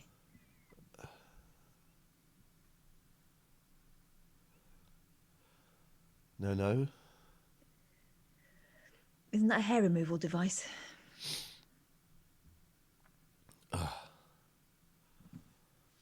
Nope, they're taking too long.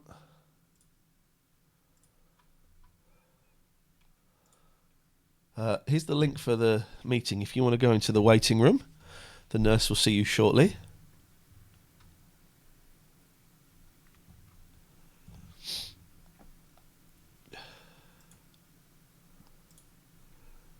That Ouija board looks very effective.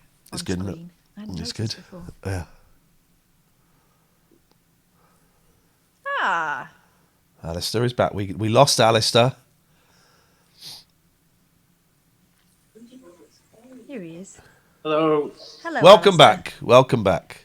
I'm just going to turn the TV sound off so there's no confusion at all. Well, it might help. Oh, yeah. Oh, yeah. Lovely to see you both. Catherine, your mug's arrived, but I wasn't in. Uh-oh. Ironically, I was out buying a thermos flask, and the post office have got it. Okay. Well, you make sure they don't nick it. Yeah. Iain, our conversation before the end of the last scene. Yeah. So I watched that video that Roger found that bloke does about the whole thing about games like that and what they do. Phone game. We talked, for those who missed it yesterday, we talked about those games on phones where you have to keep buying your way through them, and how I believe they are as addictive as crack, in that they fire off the same kind of neurotransmitters, and they take you to a thing, and then you're chasing a buzz. Yes, Alistair. Yeah, so, and it was absolutely perfect for me, that watching that stuff, because he just went through it all, and it all made absolute sense. And of course, as a man who already knows about addiction, I was kind of knew that I was, like you suggested last night, that I knew I was falling into a bit of a hole there. So I thought, no, I've just got to stop playing this damn game, because I didn't spend any money on it today. I just deleted it. Well done. Well done. What do you think? And I don't say this to belittle you. I say this from my experience. What do you think the next thing's going to be for you? Well, because here's the thing I discovered when I got clean from drugs and alcohol. Loads of it's like they describe it as playing whack-a-mole. You whack one down, then something else pops up. And I have been in my time addicted to drugs, kind of addicted to booze, but booze was never really a problem because I preferred drugs, and once I stopped taking drugs, I knew I couldn't drink. Cigarettes, sex, porn, sex chat lines, shopping, shopping online, eBay, food, masturbation,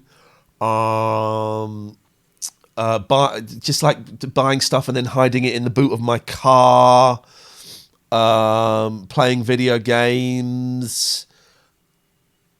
Those are the main ones. Yeah.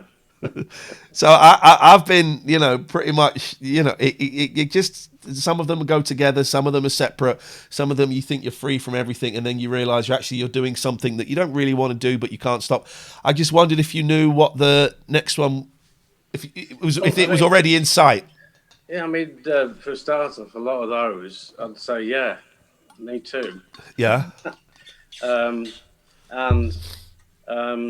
Well, it's funny, during lockdown, I've been, not just that game, but I've been spending too much money online again but buying things, and they arrive to the house and they sit in the package like for weeks. Yeah.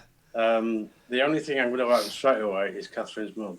Catherine, describe what my boot used to look like when we were working in London. It was full of Amazon packages, wasn't it? Yeah. Amazon and eBay packages from around the world, unopened. And here's the thing, Alistair. I thought I was the only one. Of course, we're never the only one with whatever we do. Unfortunately, or good news, whatever, we're never the only one. And the moment I got identification that was a problem was when I read Chris Difford from The Squeeze, his autobiography. He's, in AA. And he talked about having a car boot full of unopened packages that he was hiding from his wife. It was the first time I had ever heard anybody share that, and it made me go, Jesus, I'm not alone. Other people do it. This is partly why I talk about all of this stuff, right? And some of it sounds a little bit freaky and a little bit fringy and a bit weird. But Chris Difford sharing that thing about having packages that he'd bought and stored in the boot of his car so he didn't have to show his wife, that was such a niche one that I thought, I'm going to share everything, because someone is going to identify with something that I do. Also, I think from me knowing you and knowing that that's the way that you operate now, is by shedding light on it, it takes the shame out. The shame is the thing that continues the cycle, isn't it? Right? Yeah. So you feel crappy about it. You can't tell anyone about it. It gets wedged further and further down. You end up with a boot even fuller, and so Yeah. it continues. Yeah. I mean, By the way, go on. That's interesting because I did do that a little bit with. I'm on step 8 and 9, Ian. You know, the stuff Ooh. about all the bad things you did in the past to others and Yeah. hurt your cause. Well, one thing that I'm most ashamed about, amongst many things, is when I was drunk in pubs or clubs. I was a handful of times, but a handful of times too many.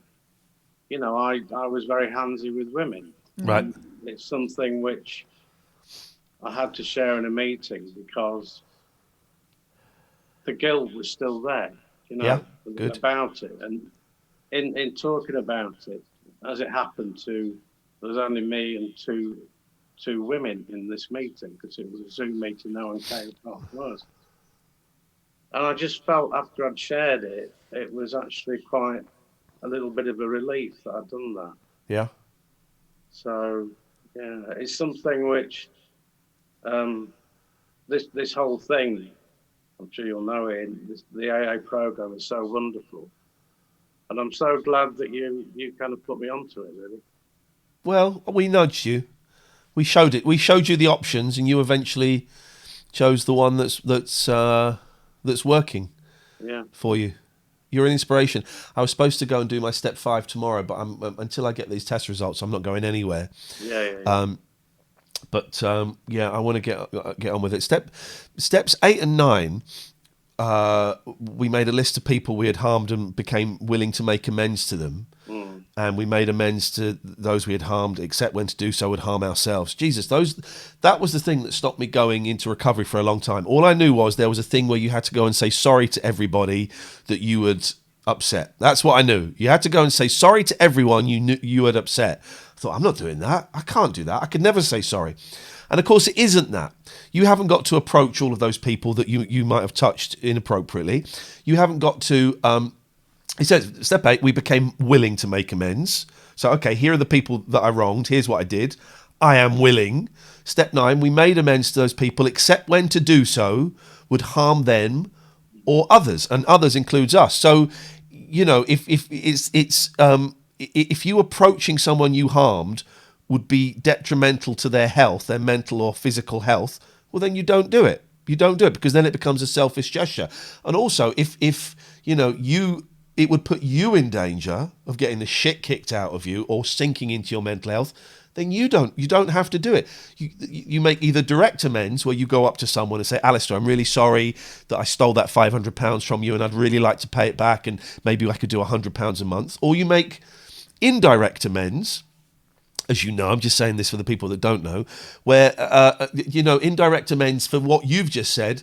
Who knows? Maybe that's giving money to a charity for abused women, or maybe it's reading some books, some literature about why that's such a terrible thing. That's an amends, because that is then helping.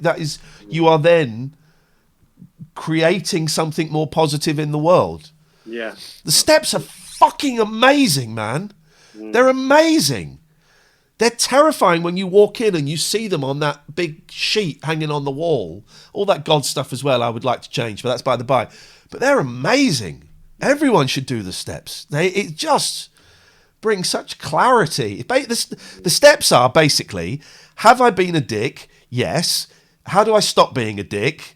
And do I need to go and say sorry for being a dick? That's it. And can I, if I see others being dicks, can I help them? That's all it is. Don't be a dick.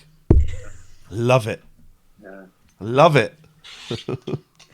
It's strong, powerful stuff. And and at the end of all that, I always say, and this is great, because at the moment I am getting like little fleeting moments of serenity. And of course, I say that, I rang a guy the other night who was struggling. He was part of the group and he was calling out for some help. So I was able to ring him and talk him down a bit and help him out. And that's why I'm so humble to be able to do that, when in the past I've been, a dick. You were a dick. You were a dick to me and Catherine, and you have made the amends there. You've said sorry. I mean, you used to do that thing that drunks would do where they'd make a big gesture of saying sorry, and then you go and do it again, and that's fine. But your amends to us was that phone call in Manchester after you've been sober for a while. Is your amends to us is you going to meetings. Your amends to us is this phone call now. This is the amends. You don't have to do an 8 and 9 around us because you're doing it every day that you are sober. That's your amends to me and Catherine, because we get, and we talk about you sometimes, we get so much pleasure from seeing you, this guy that we caught glimpses of when you phoned up and you played Uno with us. We're seeing that guy, right? We're seeing that guy that we always knew was there, but was drowning in a sea of whiskey or beer or whatever it was. Do you remember the last time you apologised to me, Alistair? Was it when you were on your own, when you were doing the show on your own? I think so. All I remember saying to you was this, because you sent me flowers and stuff in the past and, apologised very charmingly, But there'd been a couple of times before that. And I said to you, don't apologise to me, show me. Yeah. Show me. Show you. I remember that, yeah. And you did it. Well, you happened to be...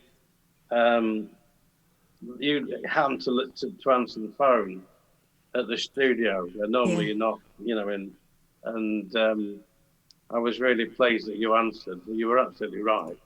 So that was great, Yeah. I'm so thrilled you did. I'm so thrilled you did. And I remember tearing up when you got back in touch with us. Yeah. I was so thrilled. It was wonderful to come to your show in Bath. And wonderful to meet you in the flesh. And so that was something I'll never.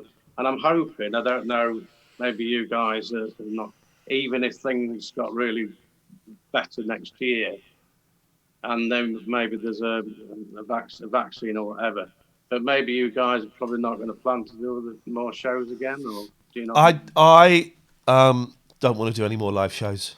I think I'm done. But never say never. Everything changes. Exactly.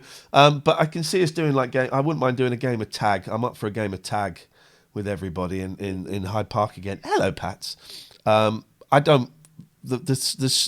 It's so lovely being free of the stress of live shows, and driving 300 miles to split 250 quid and all of that stress. And I'm not up for doing We had a it laugh and everything, but it was no business model, was it?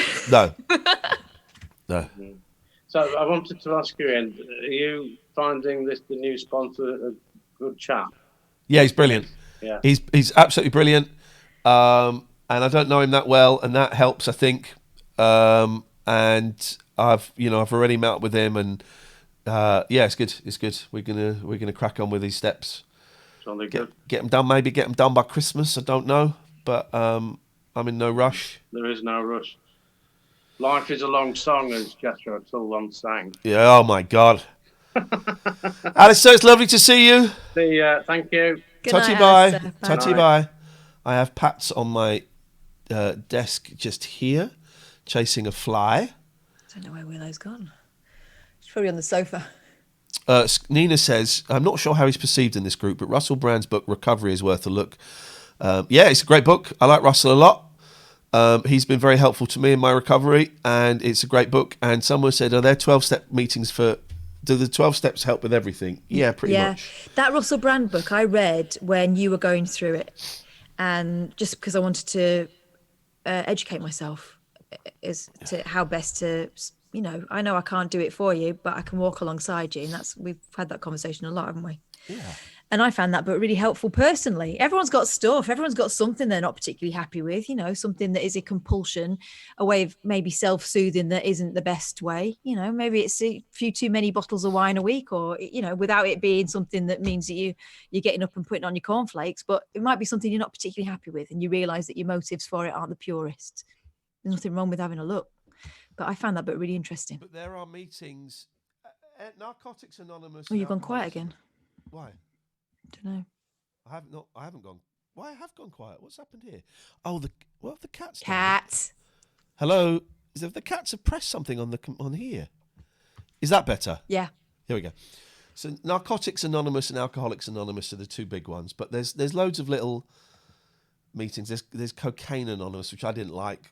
I went to one meeting and I didn't really like it. It was, it was very speedy. There's Sex Addicts Anonymous. There's Sex and Love Addicts Anonymous. There's Overeaters Anonymous. There's Gamblers Anonymous. I never had a problem with gambling. I've been to casinos a few times, but never had a problem. That to me felt like a real waste of money. Mm. Whereas shoving, $2,000 worth of cocaine up my nose over a weekend, well, that was an investment. But gambling, I just thought it was a waste of money. There's pretty much anything you can think of is out there. I have a friend who went to Gamblers Anonymous, turned his life around. He was on the verge of losing everything. And that's despite the fact he'd had a big win. He had a big win. And he couldn't tell anyone because he was supposed to be clean. And he bought himself a new car. And he was doing that thing of I told you this story, haven't I? Yeah, go on. Parking it around the corner. Setting off for work in his old banger. Picking up the nice car. Swapping it over. Driving to work in that. That's insane. That's insane behaviour. Yeah, but once you've won that amount of money, how do you hide that from someone you're living with? Because if you confess that you've got that amount of money, she's going to know that you're gambling again. And she said to you, if you gamble anymore, I'm out of here. So it's a trap, isn't it? It's a trap. Anyway, she found the brochure for the car when she went looking in his sock drawer. She needed a pair of socks. And it was the best thing that ever happened because that was his rock bottom. Big fallout. You get a big fallout when you say, I've been doing this. You get a big fallout, and not every relationship survives it, and that's okay. But you need to be exposed, otherwise you carry on. I read something really interesting in a book I've been reading. It's the book unfairly that's being credited with, Adele losing loads of weight. It's not. It's actually really helpful it's called Untamed by Gannon. I can't remember what her name is. I keep forgetting. But she said something like, if you are worried that by being your true self, you are going to lose a relationship, that relationship should have been ash yesterday. It ain't the right relationship for you to be in. Yeah. You got to get the hell out of that relationship, baby. It's an interesting one, isn't it? Yes. What have these cats done to this? Because I'd fix this mixer. Hello. They've trodden on a button. You know what they trodden on? Little swines. Let me find out what that author's called, because she's in, there's so much in there. And I'm not massive on self-help stuff, but I found it really useful. Big up.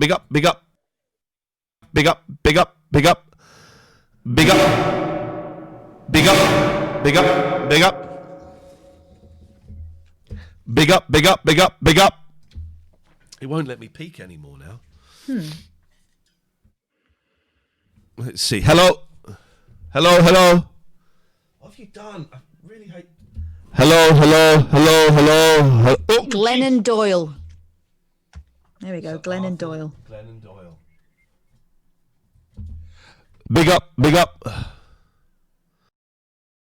fuck, I hate this thing. Look at those babies next to the chair. Idiots. So is the volume okay on me, dear listener? Dear Matty, not anyone else, just Matty. And if anyone answers with a yes or a no, they get timed out. Is my volume... Oh, no, it's gone loud again. What happened? There's got to be a loose connection somewhere. Should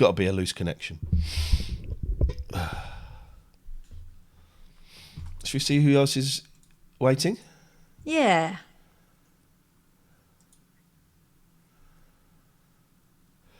Thank you, Matty.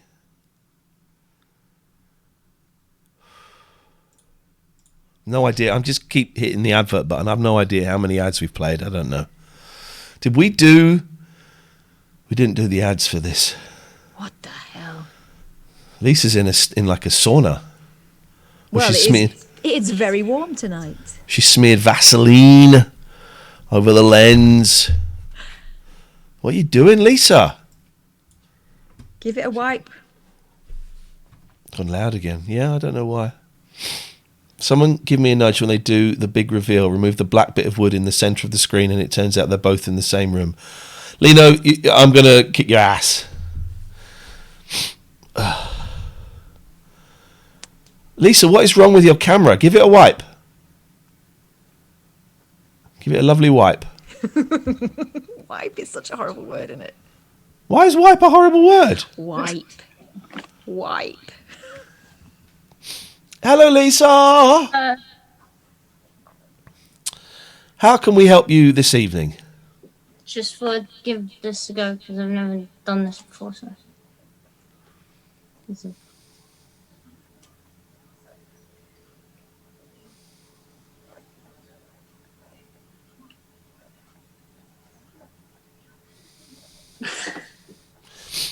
Here's what I suggest we do. Catherine, are you in a chair where you can kind of sit back and relax?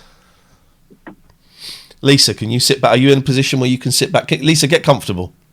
There's a dining chair, but I can do it. Get comfortable. Here's what we're going to do.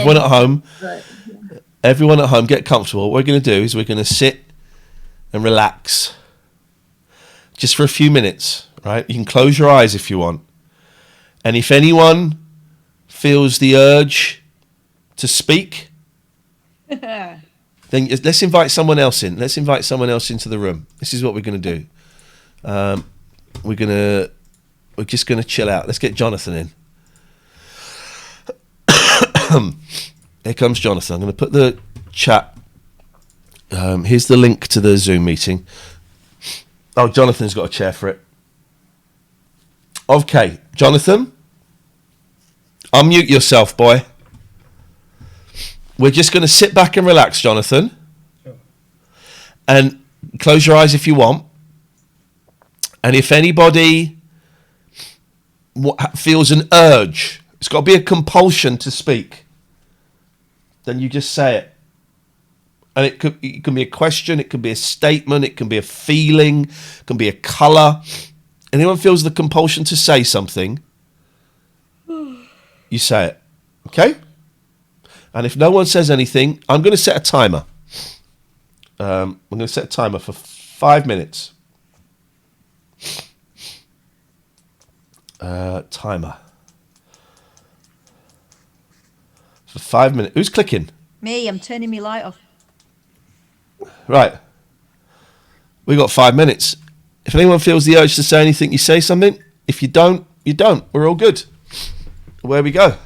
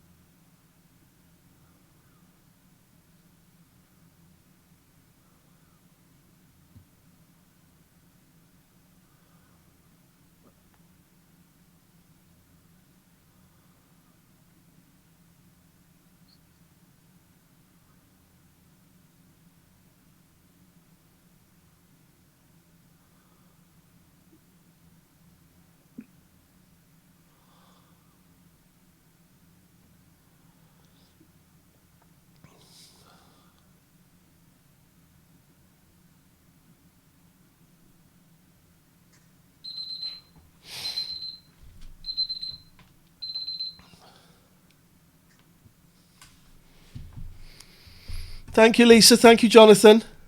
Cheers. Okay. Thank you. That was lovely. Enjoyed that. That 5 minutes went fast. Are you going to fall asleep? No. I was very conscious. I'll tell you what I was thinking. I felt bad that my youngest got upset that because he was told I had symptoms, so he got very upset. And then I was asleep. I've been asleep for a lot of the day, and I'd missed a few of his calls where I could have helped put his mind at ease. Yeah. A little bit. So I was thinking about that. I thought that wasn't great dadding on my part. And I was thinking I'm really hot. I feel very hot. I've not got a temperature. I keep checking my temperature. I'm boiling. But it's not that kind of on my forehead and my neck. It's not. It's and I was thinking I'm going to have a terrible time sleeping tonight. What were you thinking, if anything? I think I might need to feed the cat. Is she hungry? Well, she's not really eating very much. She didn't eat much yesterday. There was still dinner in her bowl this morning. And I don't think she finished her breakfast till, she didn't finish her breakfast today. So we haven't put any more food out. I was going to wait, but I might go and feed her now. Go and feed her. Go on. And see if it makes any difference. Hang on. Willow.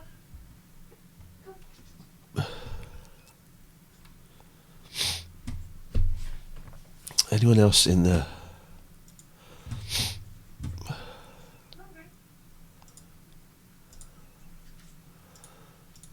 I've posted the link in the. I've posted the link in the. Oh, hello. Hello, Matt. How you doing? I'm all right. How are you doing? Not bad. Just watching the show, doing a bit of work. What you doing? I am making a Martian landscape in a video game making software. Whoa, that's some. Everyone finds their own jobs quite boring, and a lot of people go, "Oh, that sounds exciting," and I bet actually it's probably not exciting, and it's quite tedious. It's pretty tedious. It's a new skill that I've picked up. I mainly work in live music, but because the art has fallen out of that, basically. Yeah. I'm now working in developing like video games and graphics and stuff.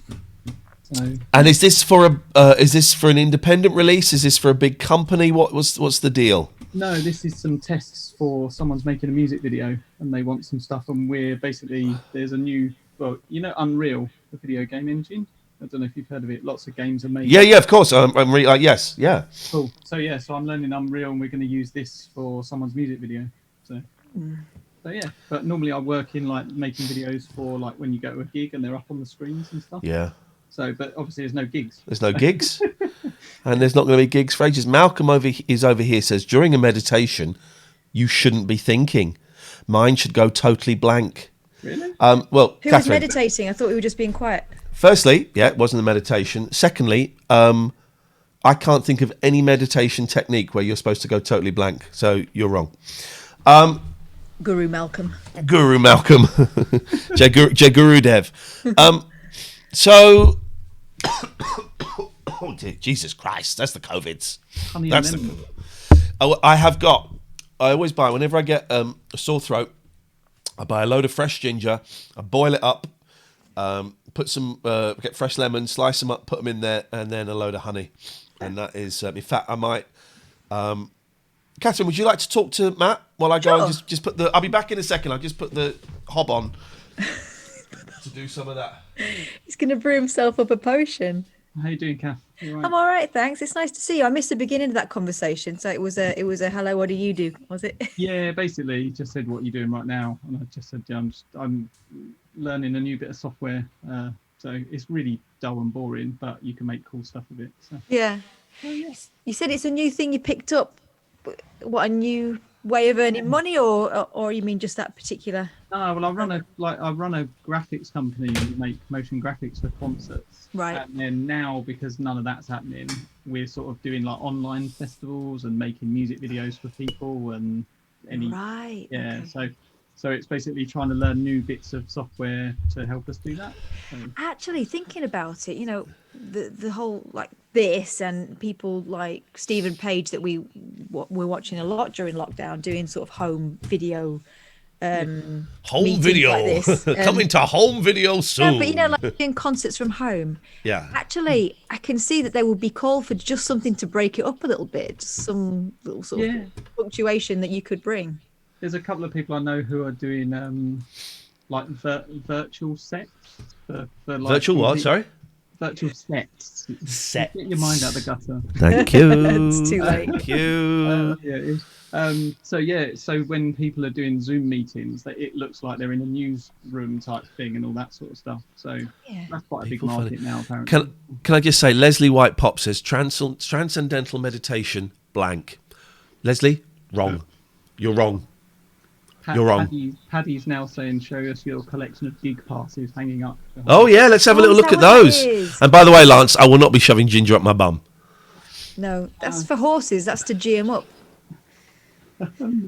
There's quite a few. Pick one. Dig in. Pick one at random, and let's see what we've got. Okay. Well, this was last year. This was the last big tour. This was Wu-Tang Clan, Public Enemy, and De La Soul. Jesus! Wow. Them. Dizzy Rascal I work with a lot. Stormzy I work with. Who else? What have we got? Oh, that was when I did a gig at Disneyland in Paris. That was really, really cool. When you say so, what was your job? Well, I make the videos. Oh, you said you go in the background. Sorry, you did say that. So I make the videos, but then I also go and play them live at the gig. So I'm in the middle where the sound guy is. So tell me about the Disneyland one. What was that? That was wicked. That was with a pop star called Jax Jones, who's like quite, I don't know, sort of cheesy house music type stuff. But yeah, people like it. It's not my bag, but so we did a gig outside of what's it called, Tower of Terror? The thing. It's like a huge hotel looking thing where you're in a lift and it drops down. So they had all projections on that. Huge big stage, people like obviously Mickey and Minnie and that sort of stuff jumping around. It was really surreal. It was crazy. But yeah, that was really good fun. So is it true that if you're in a gig and you're stood where the sound guy is that's got to be the best sound in the venue, hasn't it? The sweetest spot. Yeah. The sweet spot. Yeah, of course. Yeah. That's amazing.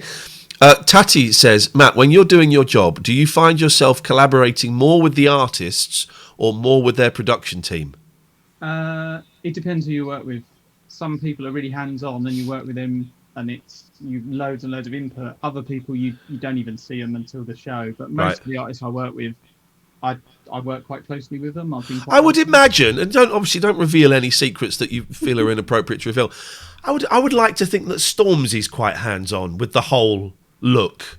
Yeah. He knows what he likes and stuff, and he's got a wicked team behind him as well. Everyone who works with him, they are all going in the same direction. A lot of the times, it's the artist does stuff, and people think that they know best for them because they've done this and that and the other. But with him, it's very much he leads, and everyone else goes along because he's got a good vision. So, yeah. I'm sorry to do this. I have to do this.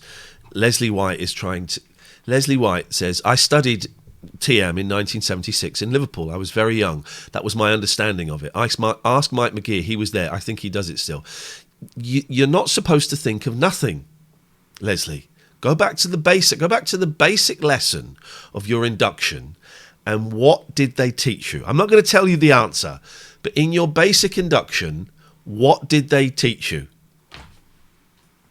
Think about it. It's not nothing. Sorry, Matt. This is why I've never been able to meditate, because I always thought you're supposed to clear your mind, and I can't clear my mind, so I've never been able to meditate. It's impossible to clear the mind. So it's impossible to clear the mind. There's loads of I've got a great app, Insight Timer, that's got loads of different meditations on there, and there's a lovely woman whose name I can't quite remember, and I listen to her stuff, and some of them are like proper. Why are my mics now really peaking? There's a loose connection somewhere. That slowly went louder. Yeah, there's something not quite right here. There's a gremlin in the system. There's something. The cats have hit a button and it's buggered it. Mm-hmm. Anyway, we'll get by. And so some of them are like guided meditations. You're walking by a forest and you can hear the birds and all of that stuff. And some of them, this woman, it's just her like basically saying nice things to you. And it's lovely. It's really beautiful. The what was that mindfulness one? That the Headspace. Headspace is good. Because I'm not a massive meditator. I thought, but I quite enjoyed that one, and it's kind of just sit or lie still and notice things and move on. That's kind of it, isn't it? Always reminds me of that Alan Partridge episode where he's listening to the relaxing tape and it's his own voice. And right now, you've got to relax now, breathe. I can't stress that enough. You've got to breathe. And he gets so pissed off, he has to turn it off. I always get like, I can't, I wish I could. Yeah. It's nice. I do transcendental meditation. I haven't done it for, I kind of go in and out.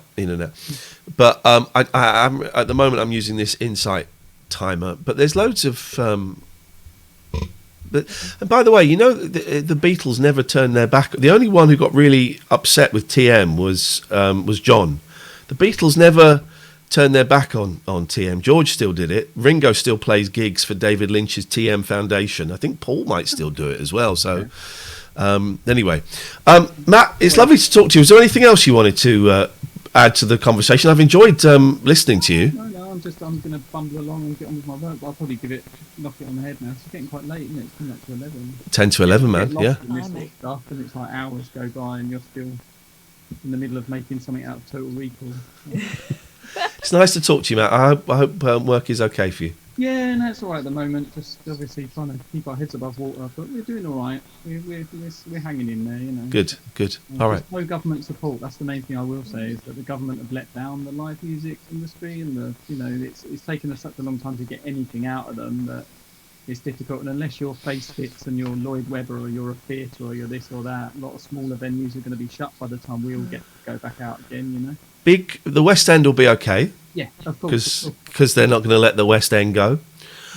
I reckon will be a select number of more famous yet smaller venues that will be okay. Yeah. But the rooms above pubs are probably screwed. The kind of small the breeding. I mean, that was screwed anyway. All those venues were getting closed anyway. So it's going to be a nightmare. We'll see what happens when we get out the other side. I already got friends who've had to shut their businesses and stuff like that, and they were quite big in the industry. So we're sort of hoping that our overheads are low enough to keep us bubbling over. So. Good luck, man. Hey ho, but yeah, nice chatting to you guys. Nice chatting to you too. See you later. Bye bye. Thanks, Matt. Leslie Whitepop says they gave me a mantra. I took a daffodil and a white handkerchief. I think I did that. They blessed it. I can't remember anything more than that. I was 15 at the time. I was 17 when I learned transcendental meditation, TM. And you don't think of nothing. It's impossible. You think of the mantra. You're supposed to concentrate on the mantra. And then you'll realise you're not concentrating on the mantra, you're thinking about bees. And you go, oh, shit, I'm thinking about bees. Mantra. Am I got to go shopping tomorrow? Or can I do it at the weekend? I need to get some bread. Oh, shit, mantra. I wonder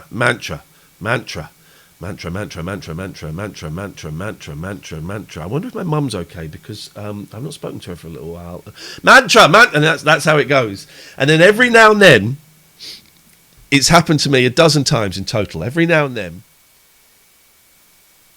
you'll be zen. It's not quite the right language in TM, but you'll be zen. There'll be nothing, and you go, "Oh, I'm doing it," and then you're out of the bubble. There was a moment. I can only equate to this. And I don't like exercising, but I was going to the gym fairly regularly. I was making myself go. And there was a moment exercising, and I've never hit that exercise high everyone talks about, or some weirdos talk about. There was a moment where I started to fly a little bit once when I was exercising, and that's kind of the thing, isn't it? Where you're not necessarily present in that moment. You're doing something else with your head. Yeah. My pot is boiling. It is not watched, so it will boil over. Namaste. Namaste. I meant to ask it. I want to ask him about his mantra. He won't ever reveal it. Just mantra. That's what I heard. He probably is. How are you doing? How's your boy? He's all right. He's fine. He's in a lot of pain, but he's fine. He's doing all right. They're incredible, aren't they? Yeah, he sort of alternates between just obviously in pain and being a bit miserable to like flying, kicking his brother in the chest. Yeah. Oh, I forgot I was on this actually. That was really weird when that happened. I started hearing like Zoom and the stream. It was a bit surreal. I was just playing a little relaxing video game. I've got to wait till midnight. Go on. Right. Relaxing video games. Funny you should use those words together in that order, because I was Googling that today and I managed to get back into some stuff that I'd bought for my PS4 ages ago and I'd had a quick go of and not got. What's that? And I had another go. It's called Journey. Oh, Journey. Yeah, that's basically art as far as I'm concerned. It's incredible. I just wanted something that wasn't shooty bang bang or something coming to bite your backside off. I wanted something that was just... Yeah, and you'll get that from that game. I went to an exhibition at the, where was it? British Museum maybe, about the art of that game. There he is. Yeah, it's incredible. The music, the sound, the feeling of it when you sort of start to immerse yourself in it. I thought it was great. I don't understand why I let it go so quickly when I first had a go of it, because I suppose I just thought I can't see what I'm supposed to do here. And there's no instructions and. Yeah, that's the beauty of it. You learn it just by doing it. There's a lot of games like that. It's funny you said, shooty games. A lot of people think that's what games are. I mean, I love video games. I think they're an underappreciated art form. Yeah. Getting more appreciated now. This game, Journey, came in it was a deluxe edition, so it came with Flower, which I'm told is like the same kind of vibe. It's got the same vibe, yeah. And Flow. I haven't tried that one. Which I think I started playing it, and you're sort of some sort of like simple organism in water, and you sort of gently evolve, I think is the point. But again, it's sort of thing that I can imagine, get a bit psychedelic. Just ask a question, Matty? Is there still echo? It may just have been because my headphones are too close to the microphone. No one, anyone else answering? You're all pieces of trash. Is there echo? No, right. Scott Hatley, time him out. You just said yes. You're timed out. When will they ever learn? Right, Rob, you've been timed out for just saying yes. Timed out. Oh, right, Matty, there is a hiss and an echo on Catherine now. I can't hear it on Zoom. I can hear a hiss in my ears. I can't hear a hiss. Me neither. Everyone who's saying yes, you're getting timed out. It's that simple. I can't hear a hiss. I thought it was your kettle. It's very vague, though. I don't think it'd be that distracting. The hiss is quite loud but bearable. Lee, I'm going to mute you. Hang on. Has it gone? Yeah. Right, hang on.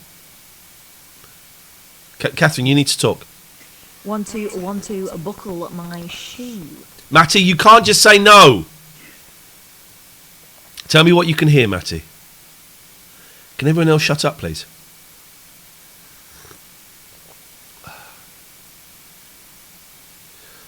You can hear a hiss, even just with Lee gone. Let me turn my mic off and see if it's me. Well, no. It's got to be something from here. Say something. Hello. Right, it's coming through. It's coming through. Two places. Something has changed here. Say something. Boom shakalak. It's coming through two places, and I don't know why. The cats have done something.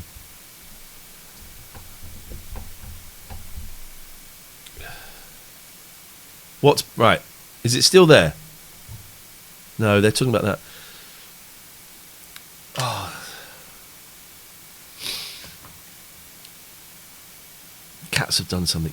Is it right? Is it still there? Catherine, just say something for 30 seconds. 1 2 3 4 Right, stop. Is it there if I get rid of it?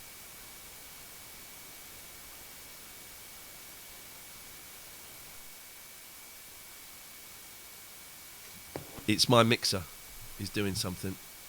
There's a loose connection on my mixer somewhere. I can see it. Right, I'm going to get rid of it now.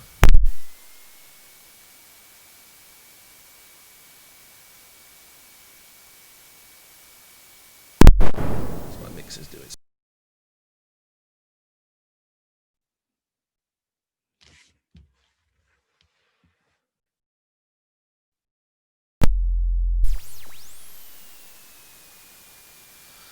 There's something wrong with the mixer. I don't know what it is. I don't know what it is. Right, let's carry on All right. with Lee. So what was the relaxing thing you were playing, Lee? It's a game called Spiritfarer. It's absolutely beautiful to look at. You don't really do a hell of a lot. You just sort of walk around going, oh, look at the way they jump. That's cool. It's all right. It's my sort of thing. Sounds good. Yeah, just passes the time a bit. I've got to give the lad some medication soon, so I'm just passing the time. Poor lad. Poor little lad. It gets better, but it's horrible not being able to take it away, isn't it? It's. That is the worst bit. You sort of. You can't say right. I know exactly how to make this stop. Yeah. They've just got to push through it, and it's awful. I clearly remember my dad saying to me when I was younger, if I could take the pain for you, I would. Yeah. I didn't really get it at the time. It's that sort of thing, though. I know exactly what you mean. Yeah, well, I hope you like, what was it again? Journey, yeah. Journey, yeah. Beautiful, yeah. I think I've nearly finished it, and I'm dreading finishing it because I'm really enjoying it. Yeah, it's just like an experience. It's not really a game. Yeah. Oh, I'm just sort of cut off, and I just look like a thumb. There you are. There I am. Yeah. I never understood people who want to do they get this 100% achievements sort of thing.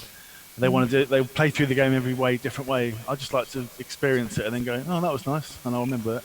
That's about as far as I get. Yeah. Yeah. It's a bit of a sort of I don't know. It's not down. It's just chilled tonight, isn't it? It's nice. It's weird as not being in the same place. It's always a different vibe. Smells better though, right? Goodbye. Yeah. Goodbye. Just a bit. Goodbye. What a rude man. Hey guys, this show would not be happening tonight if it were not for our wonderful sponsors. First cab off the rank, 34sp.com. They are web hosters, web domains, domain names, 34sp.com. They're a small British company based in Manchester who really look after their staff. Every year they have a game-a-thon where they fundraise for local charities. Here's the thing, they're very green as well. Now listen to this. This takes a little bit of thinking to get your noggin around. But they plant trees with the Woodland Trust to offset double the carbon that they would produce if they weren't already using 100% renewable energy. I know. It took me 3 goes of that to work out exactly what it was. So I'm going to put the link into the page so you can have a little read about that. They're basically an ethical internet company. Imagine. And they are really cool people as well. If you use the code TLNA, you get 3 months free. And if you do use that and you let us know that you've used it, we will give your website a little plug. Catherine, your turn. Somers Waste Solutions. They didn't even feel that earthquake this morning where we are. I don't live on the tip. I live nearby. So Somers Waste Solutions, family business. They can handle your waste, not your personal waste. That's your own business. But if you are a business, a shop, a factory, something like that, they can sort you out. They can improve your green credentials and probably save your money. Give them a call and just have a chat with them. They'd love to hear from you. Poseidon Safety Management, largest suppliers of guard dogs in Devon and Cornwall. They are passionate about making a difference in the area. All patrols are done by local people. They don't just turn up and go home. They stick around and do what they need to do. At the start of Corona, they offered free patrols for local pubs, and then at the start of lockdown, they gave free security to a school that had been broken into. They've got a real human touch. You can ring them up for a chat. They're getting very leery on Twitter, so I would go and check them out at Poseidon Safe, at Poseidon Safe on Twitter. Mm-hmm. Big up the Gregorian Emerson Family Law. They're our sponsors too. They can sort out, a kind of... what do you call it? A human approach when it comes to you getting divorced. It's a really difficult time. I haven't been through it. I've been around plenty of people who have, and it is not fun at all. They will not make it any more dramatic than it already is. They will not be pitching you against the other side. They will be making sure that your family comes out of it as best you can, because going forward you are still going to be a family. They support as many mums as they do dads. Give them a shout. They can talk things through for you and see if they're a good fit for you. Gregorian Emerson Family Law. It's something to do with the mixer. I can see the audio distortion. It's something to do with the mixer. But even when I turn the mixer off, it's still there. Down you go, boy.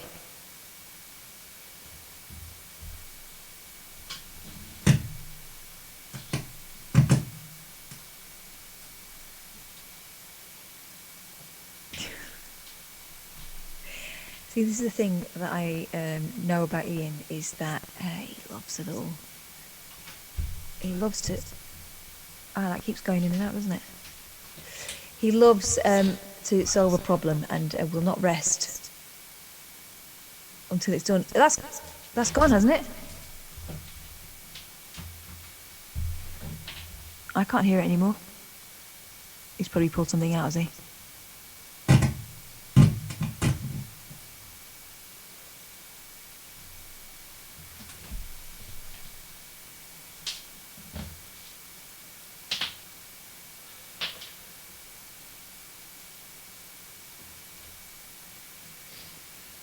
It's still there. I can't hear it anymore. I can see it. I can see it. Matty, is it still there, isn't it?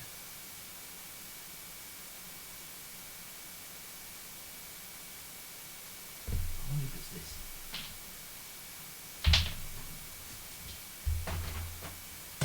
this. Well, while he's doing that, do you want me to show you my etchings or something?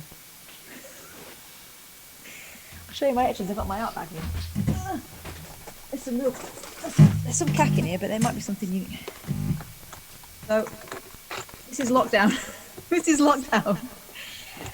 I could probably do with planting some trees to offset my impact on the environment. Lovely pair of tits. New mixer. And my cat.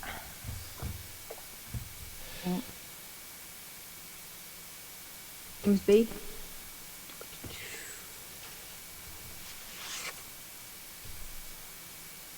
Shaggy Donk.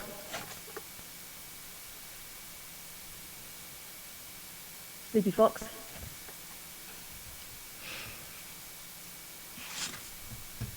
I'm showing you the pictures in case the sound's going off and on. Oh look, there's Puffins. I was quite chuffed with the background on that one. That was something a bit different. Although looking at it now, maybe it looks a bit like a background for a school photo. Oh, this is another bee that I never put out because I thought the flowers were a bit crap. Oh, flying ducks.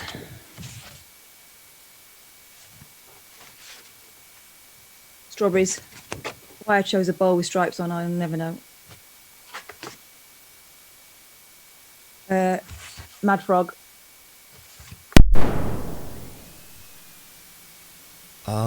Why did you remove that ban on More Eyes 23? Fish.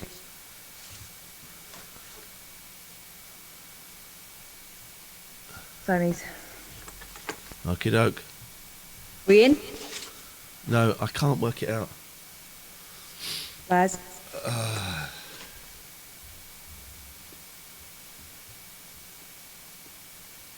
Bird in it. Right, if I get rid, I'm going to go silent for a bit. Maybe Harry. For some reason this doesn't scan. The purple doesn't come out on the scanner, so. Scary Fox. I think this is a bit crap. Hello.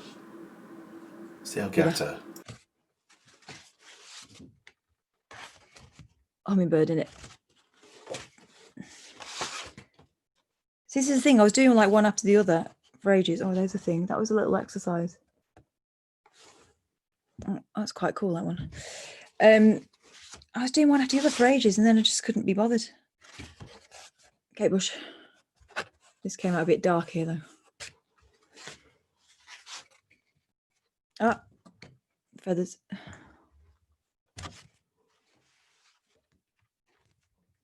Poppies. Iris. Pink poppies. Little poppies. And that's it. That's quite a lot, isn't it? That was about condensed. That was about 2 months worth. Has it come back? I think it's come back because I can see the bastard. Right. And everyone, don't tell me it's gone, because I know it's gone, because I'm deleting the mixer.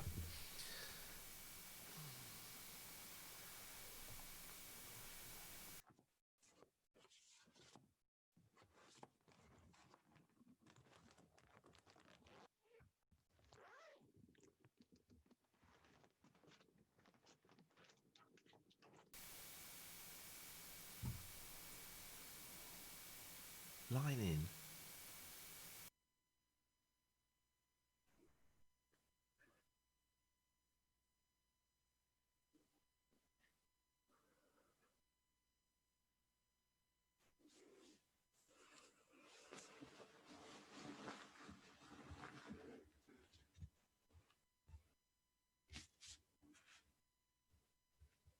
You haven't. Shall I talk then? Yeah, I can hear you. What my mic? They've obviously changed my microphone on here. What would be the most helpful thing I can do at this point? Shut up. Hang on. Can you hear me? Matty, can Matty hear me? Can you ask if Matty can hear me? Matty, can you hear Ian? He says. Hello. You can hear me. Has the hiss gone, Matty? Because I don't know what I'm coming through on here. I'm just asking, Matty! I got to... Basically, I have to completely wipe everything from Streamlabs, unplug everything. I've got to rebuild it all again because there's something not right. Oh, this bloody thing. Ugh.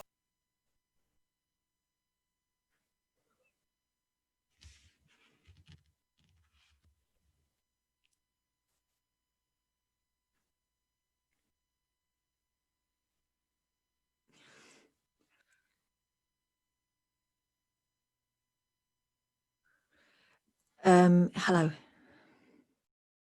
Okay, 1, 2, 3, 4.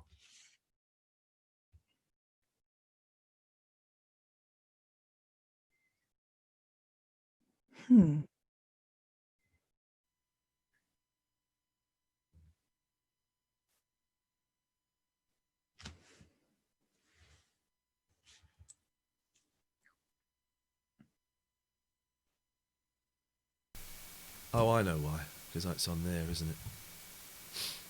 Oh, fuck it.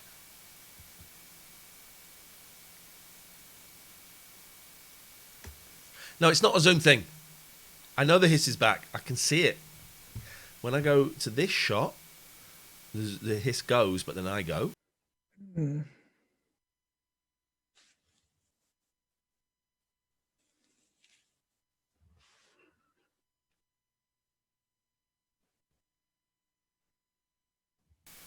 It's the weirdest thing. It's the weirdest thing. There's the gain. There's the hiss that loud. So that's the gain.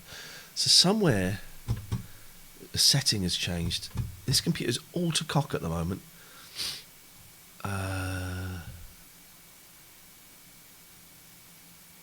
It's weird that it kicked in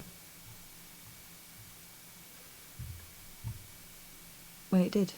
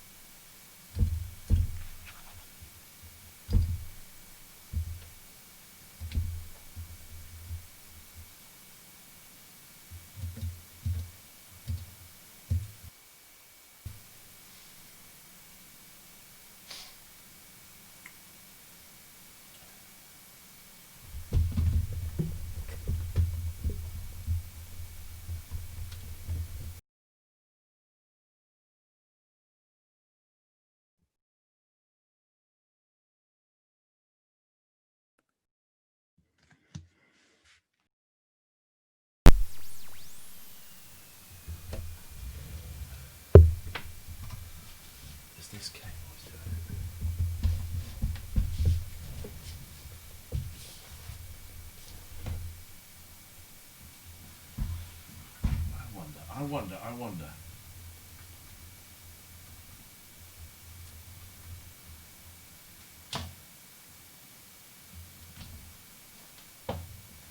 Oh.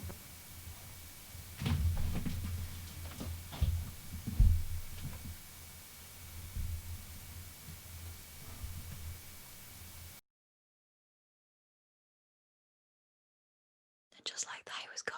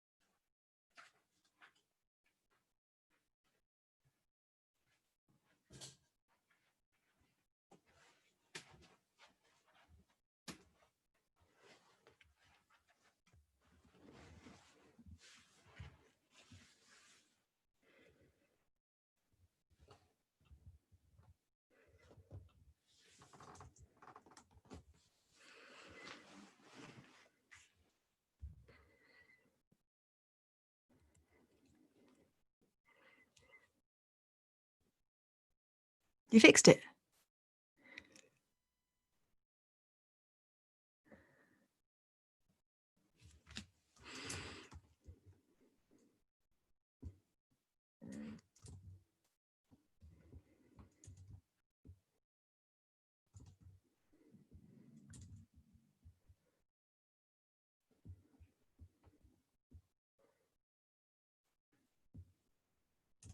I can hear you. Very quiet.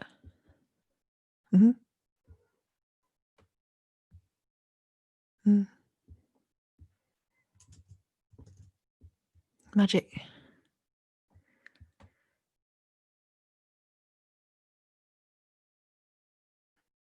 Yeah.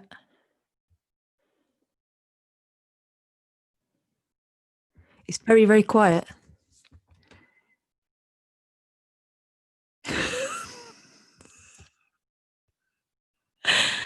How can I help?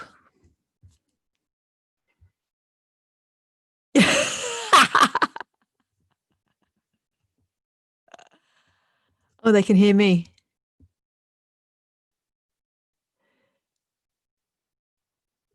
I will not say that. I'm supposed to be good cop, remember? That's the roles we were assigned. Go Rouge.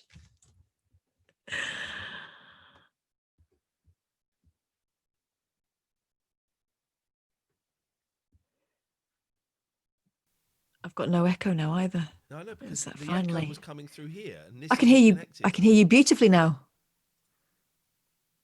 Hello? Fixed it. Hi. I fixed it. And you can hear me, guys, right? You can hear me, yeah? And I fixed it. I don't know how I fixed it. Oh, that's really loud. That's really loud now. Well, that's your. Well, you have to turn your volume down. How do I know? You'd have to turn your volume down. This fucking. Excuse me. There's an armpit shot for all you perverts. Plug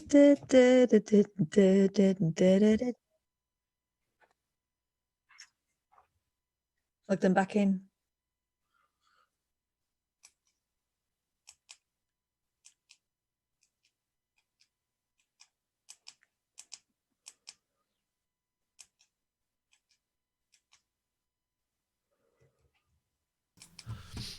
So I've got to add new mixer.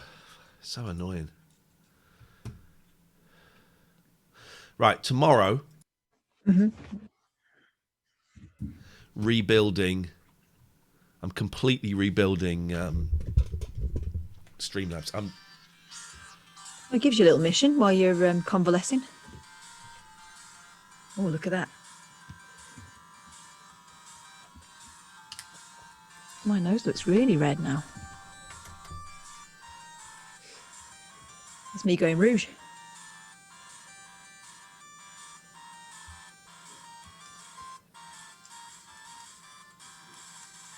Game on watch.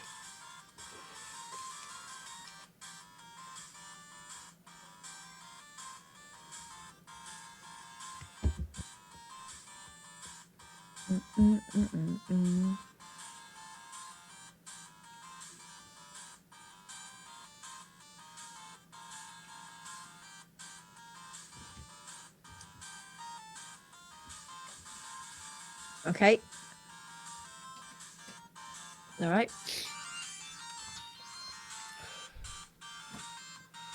So tomorrow, I'm going to have to completely... I hate doing it. I like doing it when I'm well. A fucking camera. Because there's no light. Oh. I like doing it when I'm well. But I don't like doing it... Look, George is eating a box. Oh, you can't see. Hang on.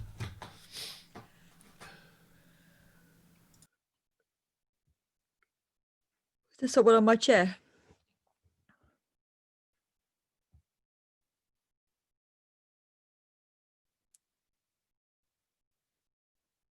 Well.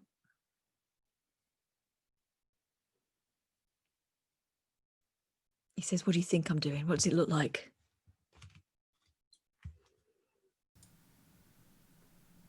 There you go. Can you see it there? It's gone. I got to rebuild the whole of Streamlabs, and this is the kind of stuff I like doing when I'm well. When I'm not well, it's like, really? There's something wrong with this computer,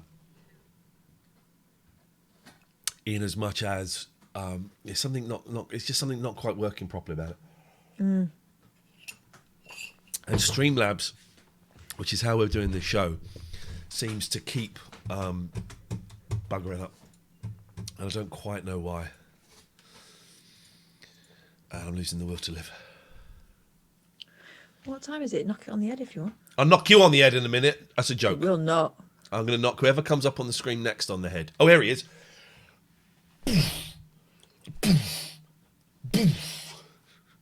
Hello, Dave. Oh, I got to unmute you. I'm going to ask you to unmute. Is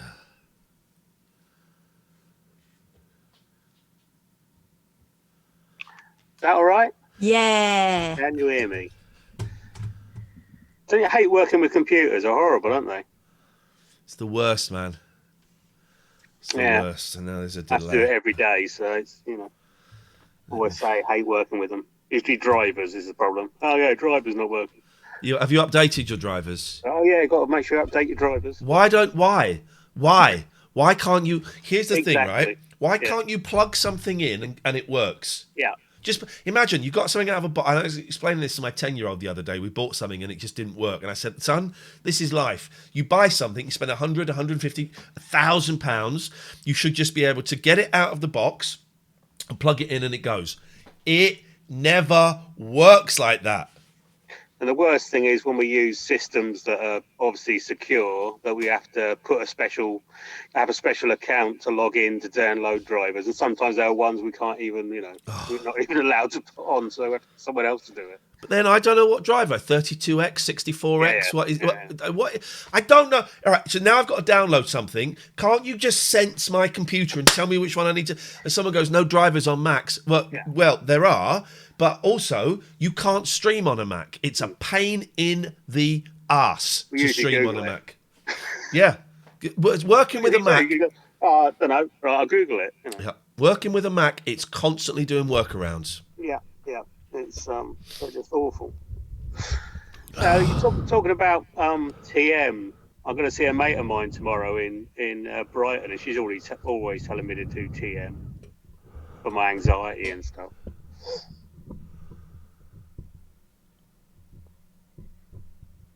But I don't know. I did it. It's expensive. That's the thing. I did it when I was 17, so I did it 30 years ago, and it was at the time that you paid a different price per age. So I did it. salary and stuff. Yeah, so I did it when I was 17, and it was a fixed student rate. Yeah. I mean, I don't know what it would be now. It's a few hundred. It's great for when I got migraines. It's the only thing. But then again, the drugs work for me, so. Then go with the drugs.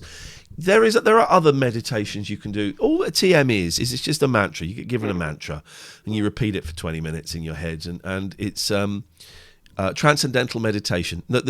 Amy, the sink hasn't fixed itself. I fixed the sink by going in and changing it. So I want full credit for that, please. Well done. Thank you. Thank you very much indeed. Letters and dispatches, as we always say. I am tomorrow, or whenever I'm well enough, I'm taking everything out of Streamlabs and I'm rebuilding it from the bottom up. Do TM, do it. Invest in yourself. Maybe, but as I say, if the drugs work and I'm fairly okay with it, then why fix something if it ain't broke? But You are very the person who really told me to get to do it was the head Mike of Love. Donovan. No, was the head of One Little Indian, and he owns a record company, so of course he got the money to. Well, then he should sponsor you to do it. You should say, sponsor me to do it. That's a point. Yeah. Say, sponsor me to do it, One Little Indian. And can have some free records. Yeah. Yeah, exactly. You piece of goddamn trash. I'm really glad I did it. Would I pay for it now? Possibly not. But it's a skill that I have, and I'm really glad I have, and a technique that I have, and I still find it useful. Do you ever fancy going on one of those retreats? Yeah, I'd love to. What the TM retreats? Or just any retreat? A mate of mine did the going in a forest and drinking hallucinogens and doing the whole getting back to nature thing. Which forest? Epping? That was in Peru, I think. Did the whole sort of... The one in Epping, you just have a spliff with some really rubbery hash. he did the whole sitting in a teepee for 2 days, spewing up sort of stuff. Yeah.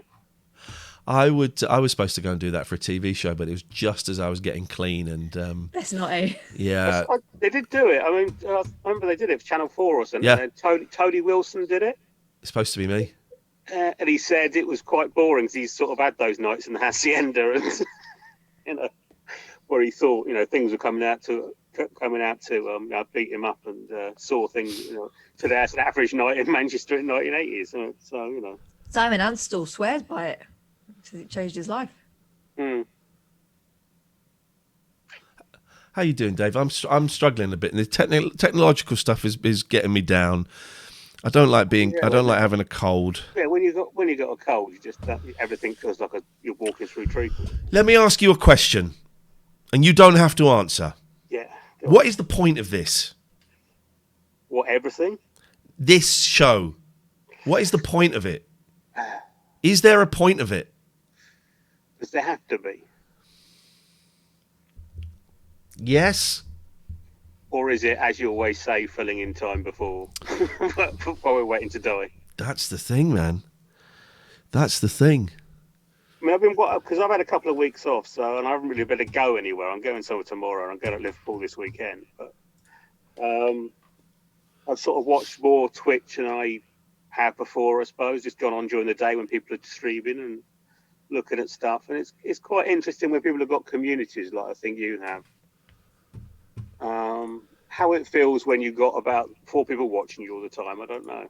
Yeah, that must be tough. No, St. John said that because when he had a small community, he felt like more like they were friends.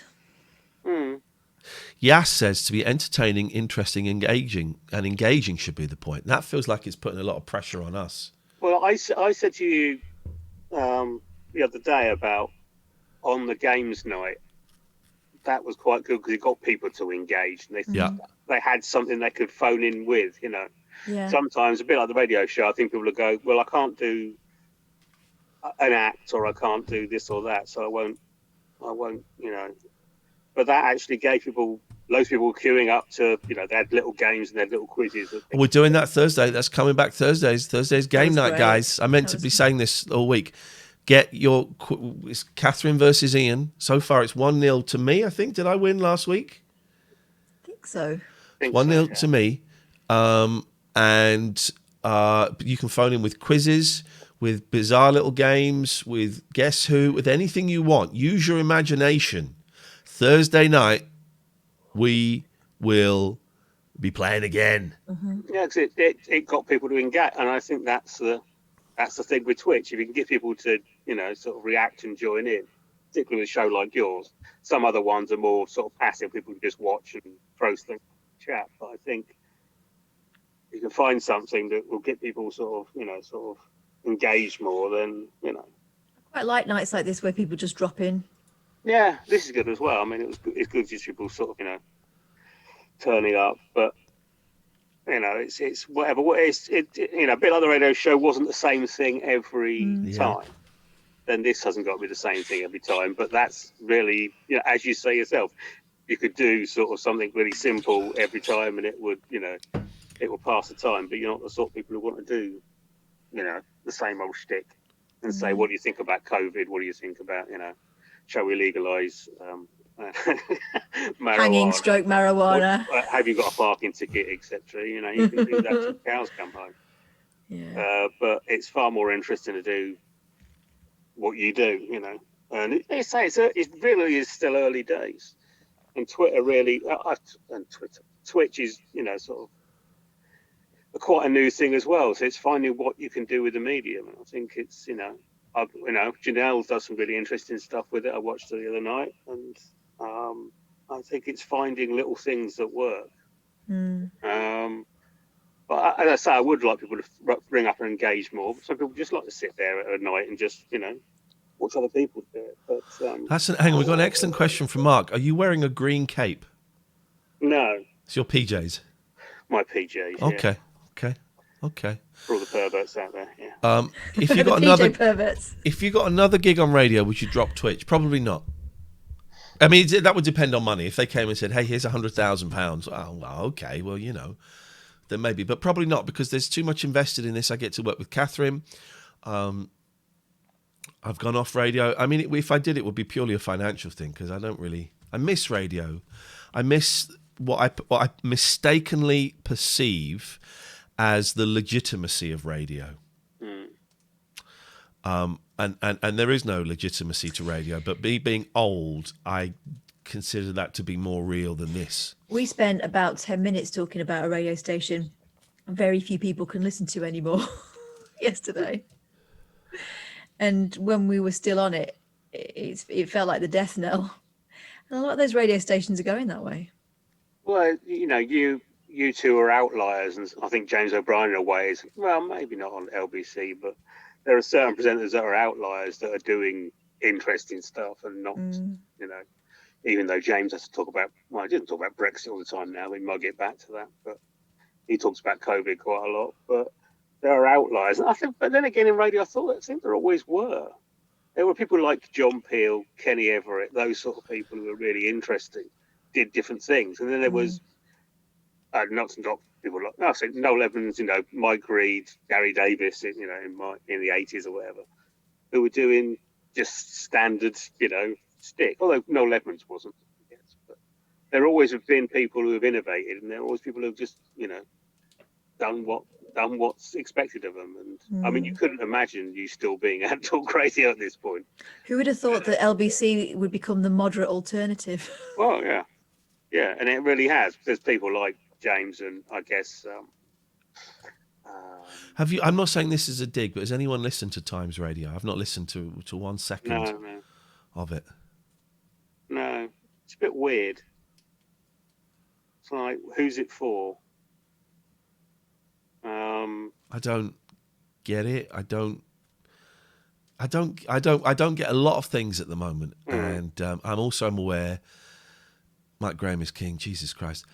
But I'm also aware I'm trying to bite my tongue a bit because I'm not feeling very well. Yeah. And when I don't feel physically well, then my mental health takes a nosedive. What I really like about the Mike Graham is king clan is that they don't realise he's doing a thing. When they grass us up to him and suggest that we're the opposition, they don't realise that Yeah, but We get on all right. It's theatre, as you know, it is. It's Yeah, but theatre. Exactly what Dolan did the other night is theatre, and he might not mean it, but that's the problem. No, but now that they seem to be exclusively broadcasting to flag shaggers, he's got to be careful because he thinks he's broadcasting on one level and he ain't. No. Here's what pisses me off, right? I'm fucking brilliant. Right? I'm brilliant at radio. I'm brilliant. And one of the best. And I've got awards that will prove it.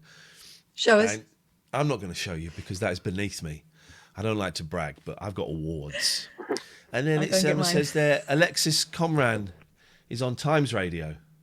Alexis has moved from Talk to Times. And you think, he's a nice guy. You know, he's a nice guy. Danny Baker has to go on Patreon.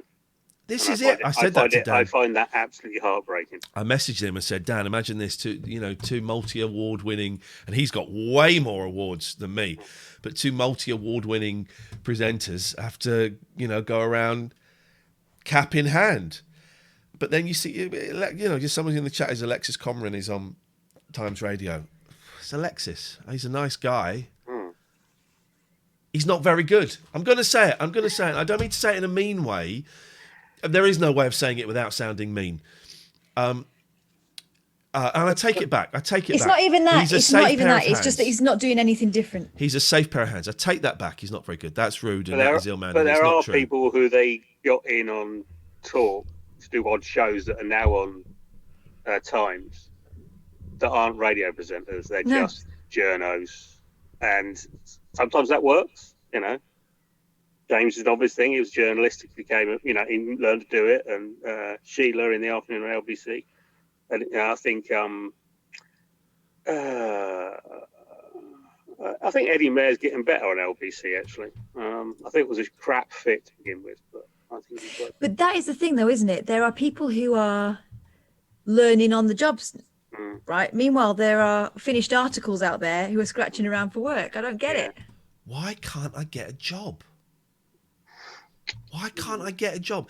And the annoying thing, one of the many annoying things was when I lost the job at Talk, everyone on Twitter said, oh, you'll be fighting them off. You'll get loads of offers. I had 0 offers. 0 offers. A lot of radio stations, and it doesn't work like that either. You don't get offers. You have to kind of go to them. We love him. We think he's great. We just don't have space for his voice at the moment. We had one station, Union Jack, who offered me and Catherine everything. Offered us everything that we could possibly have wanted, right? And where's that? There we go.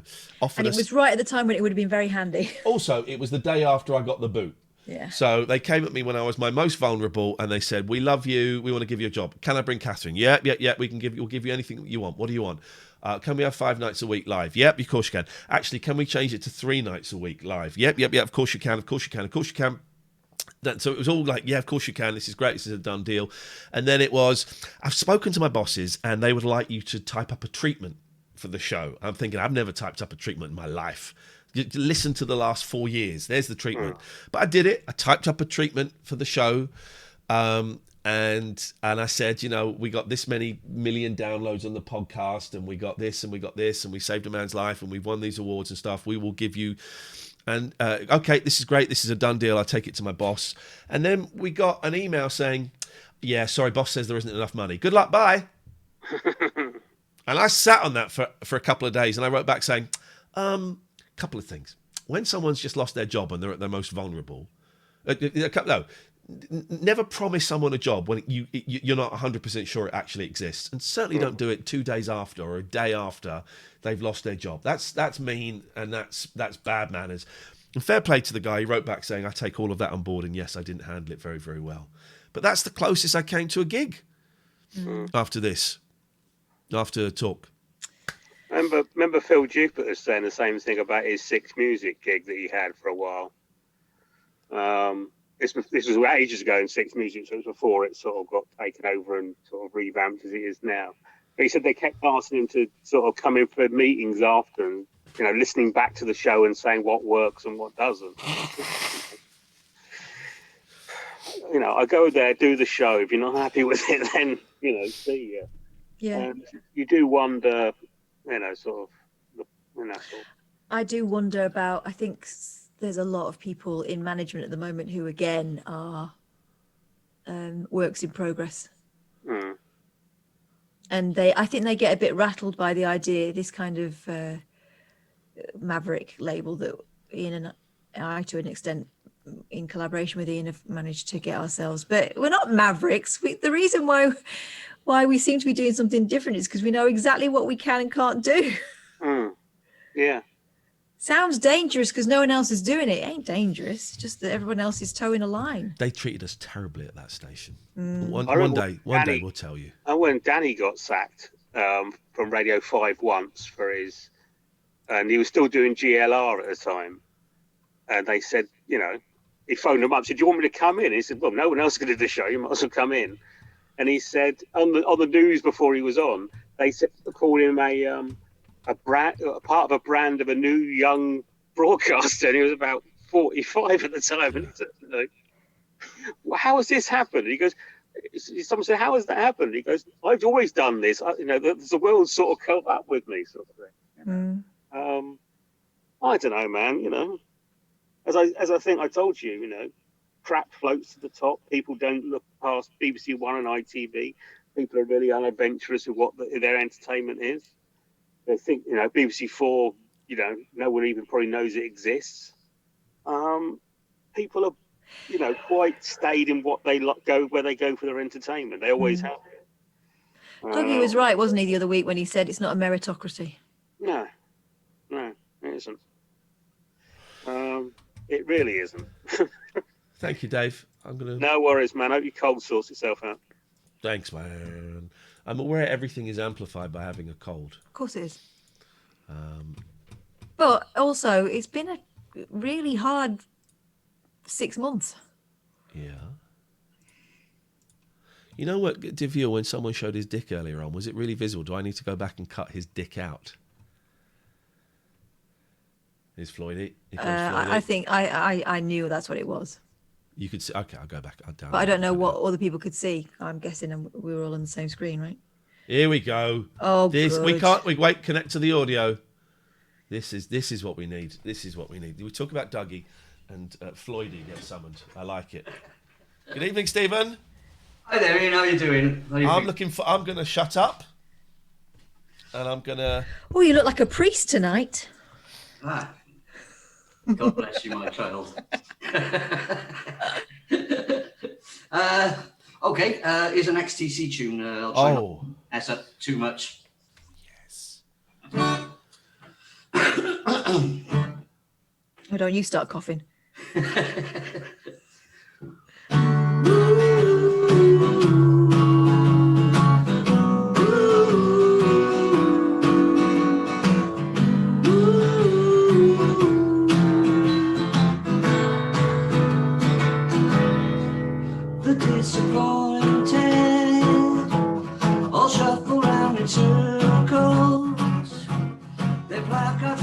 With a picture and a name of the ones who broke their hearts. The disappointed all congregate at my house. Their voices sob with grief, and they want me to be chief of the tribe with broken hearts. Once I had no sympathy for those destroyed and thrown away by love. Seems your ring upon my finger signifies that I've become the spokesman of the disappointed, who bear me on their shoulders in a secret shadowland where a somber marching band plays a tune for broken hearts.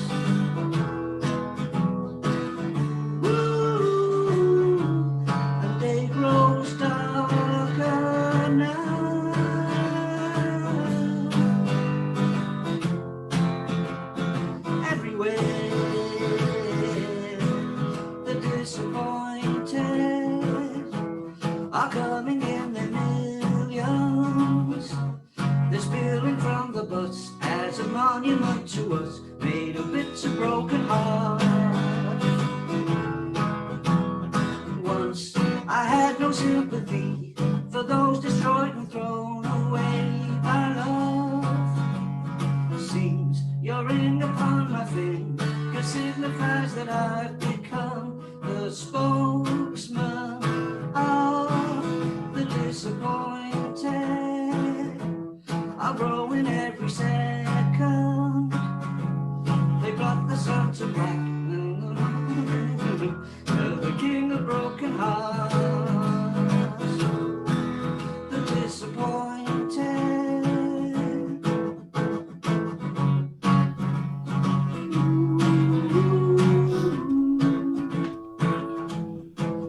The disappointed.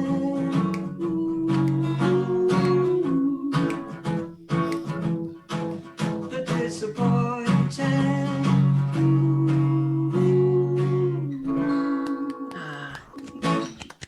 There you go. Bit of Andy and the boys. Little bit of Andy. Thank you very much. Do you mind if I call you Floydy?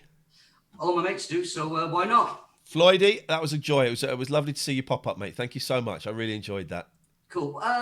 What do you think about the reverse polarity mix of skylarking? I struggle to notice the difference. Yeah, me too. Me too. I struggle to notice the difference. It sounds a little bit brighter, but then a lot of albums that are re-released 20, 30 years later sound a bit brighter. It was not the earth-shattering experience I was expecting it to be. Yeah, I'm in total agreement there. Thank you, Stephen. Thank you, Floydy. Thank you. Cheers. Bye. What that was, they released an album, and XTC always said it, or Andy Partridge always said it sounded very flat, mixed by Todd Rundgren.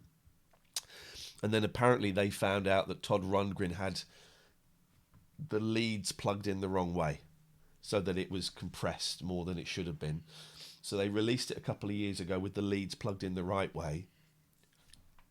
I couldn't really hear the difference. See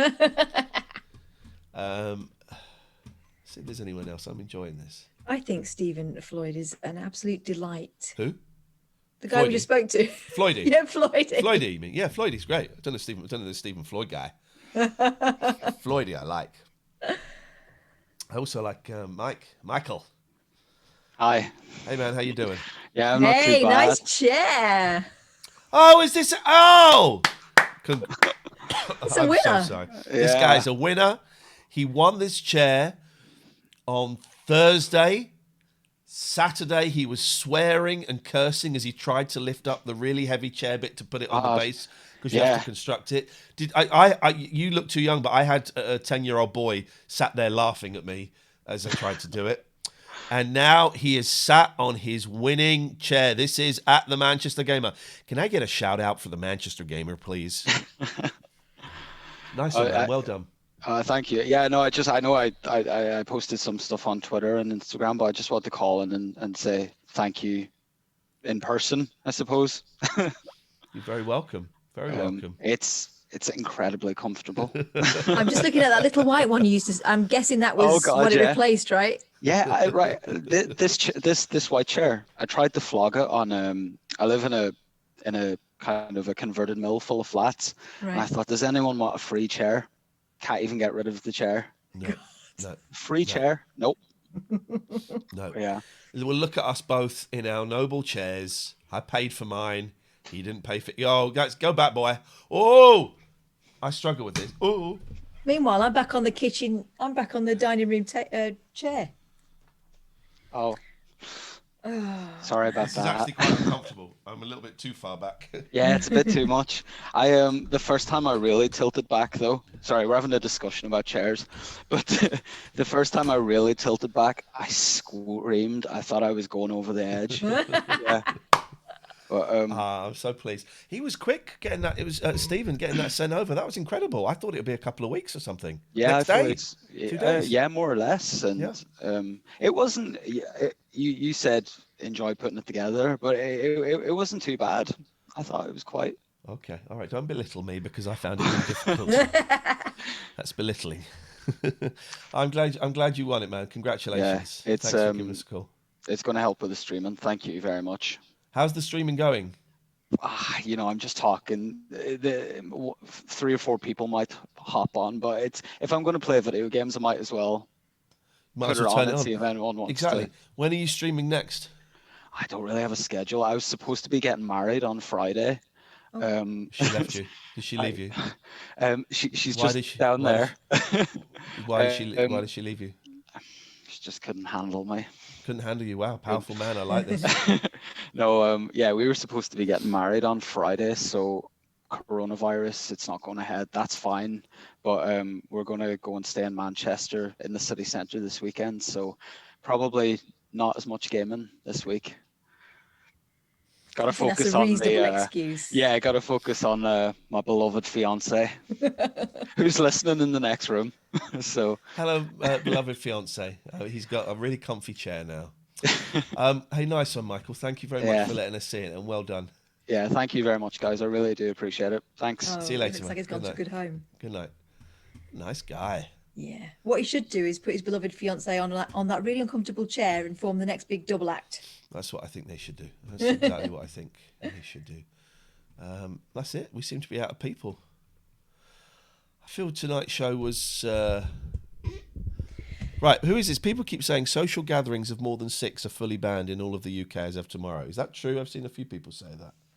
Good, by the way, good. Social gatherings of more than 6 people are set to be banned by law in England. Homes, parks, pubs and restaurants.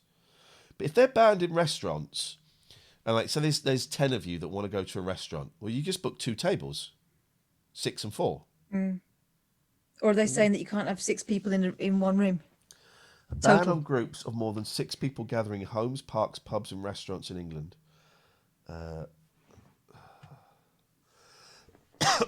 Good, because there's a bloody coronavirus, you dicks. The current limit is 30. The exemptions... exemptions will include weddings, funerals, workplaces, schools and lectures. Workplaces. And team sports. Workplaces. So Go back to work. Anywhere you can pay, you can go, apart from the pub. So Pret is safe.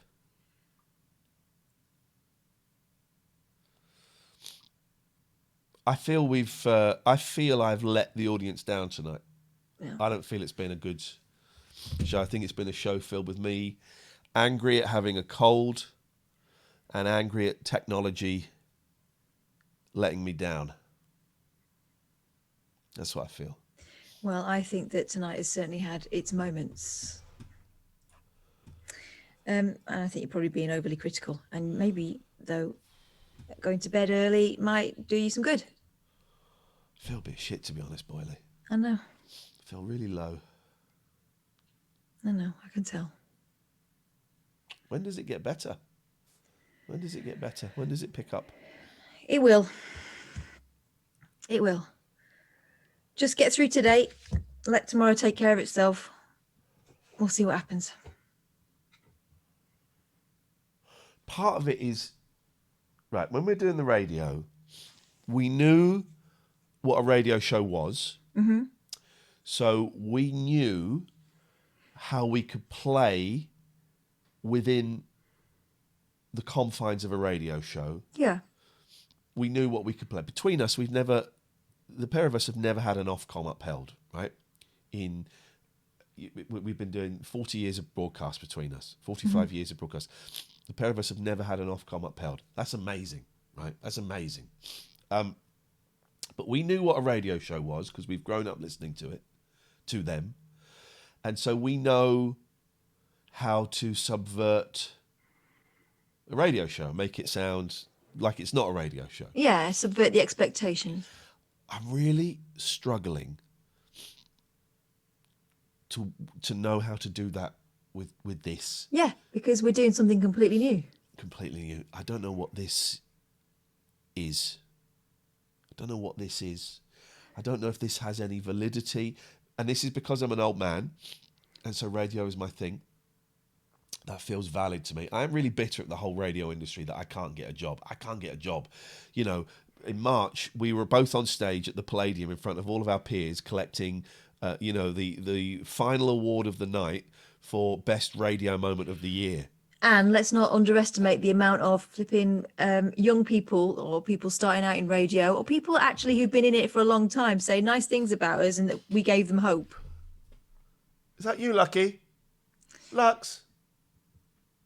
Someone's coming. Yeah. Hello, Lucky. You missed your dinner. I have to feed her again. And now... and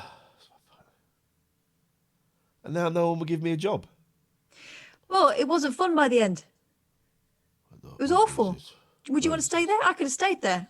Not But at I talk couldn't radio. have stayed no, there. not at talk, but at radio. Mm. I couldn't be on the same station as Dolan now and Wootton. I mean, being on the same station as Wootton was making me sick in my mouth. There are people towing the line there. I'm very surprised at. And some I'm less surprised at because they go whichever way the wind blows. Devil. Wootton is the devil. Fabulous. But I don't know. Right. Let's do a raid. Let's do a little raid. Now, hang on a minute. So, I love that song that Floydie played. Yes. The Disappointed. Now, we are raiding people this week that we have raided before. Okay, that is the plan for this week, because we can go back to people.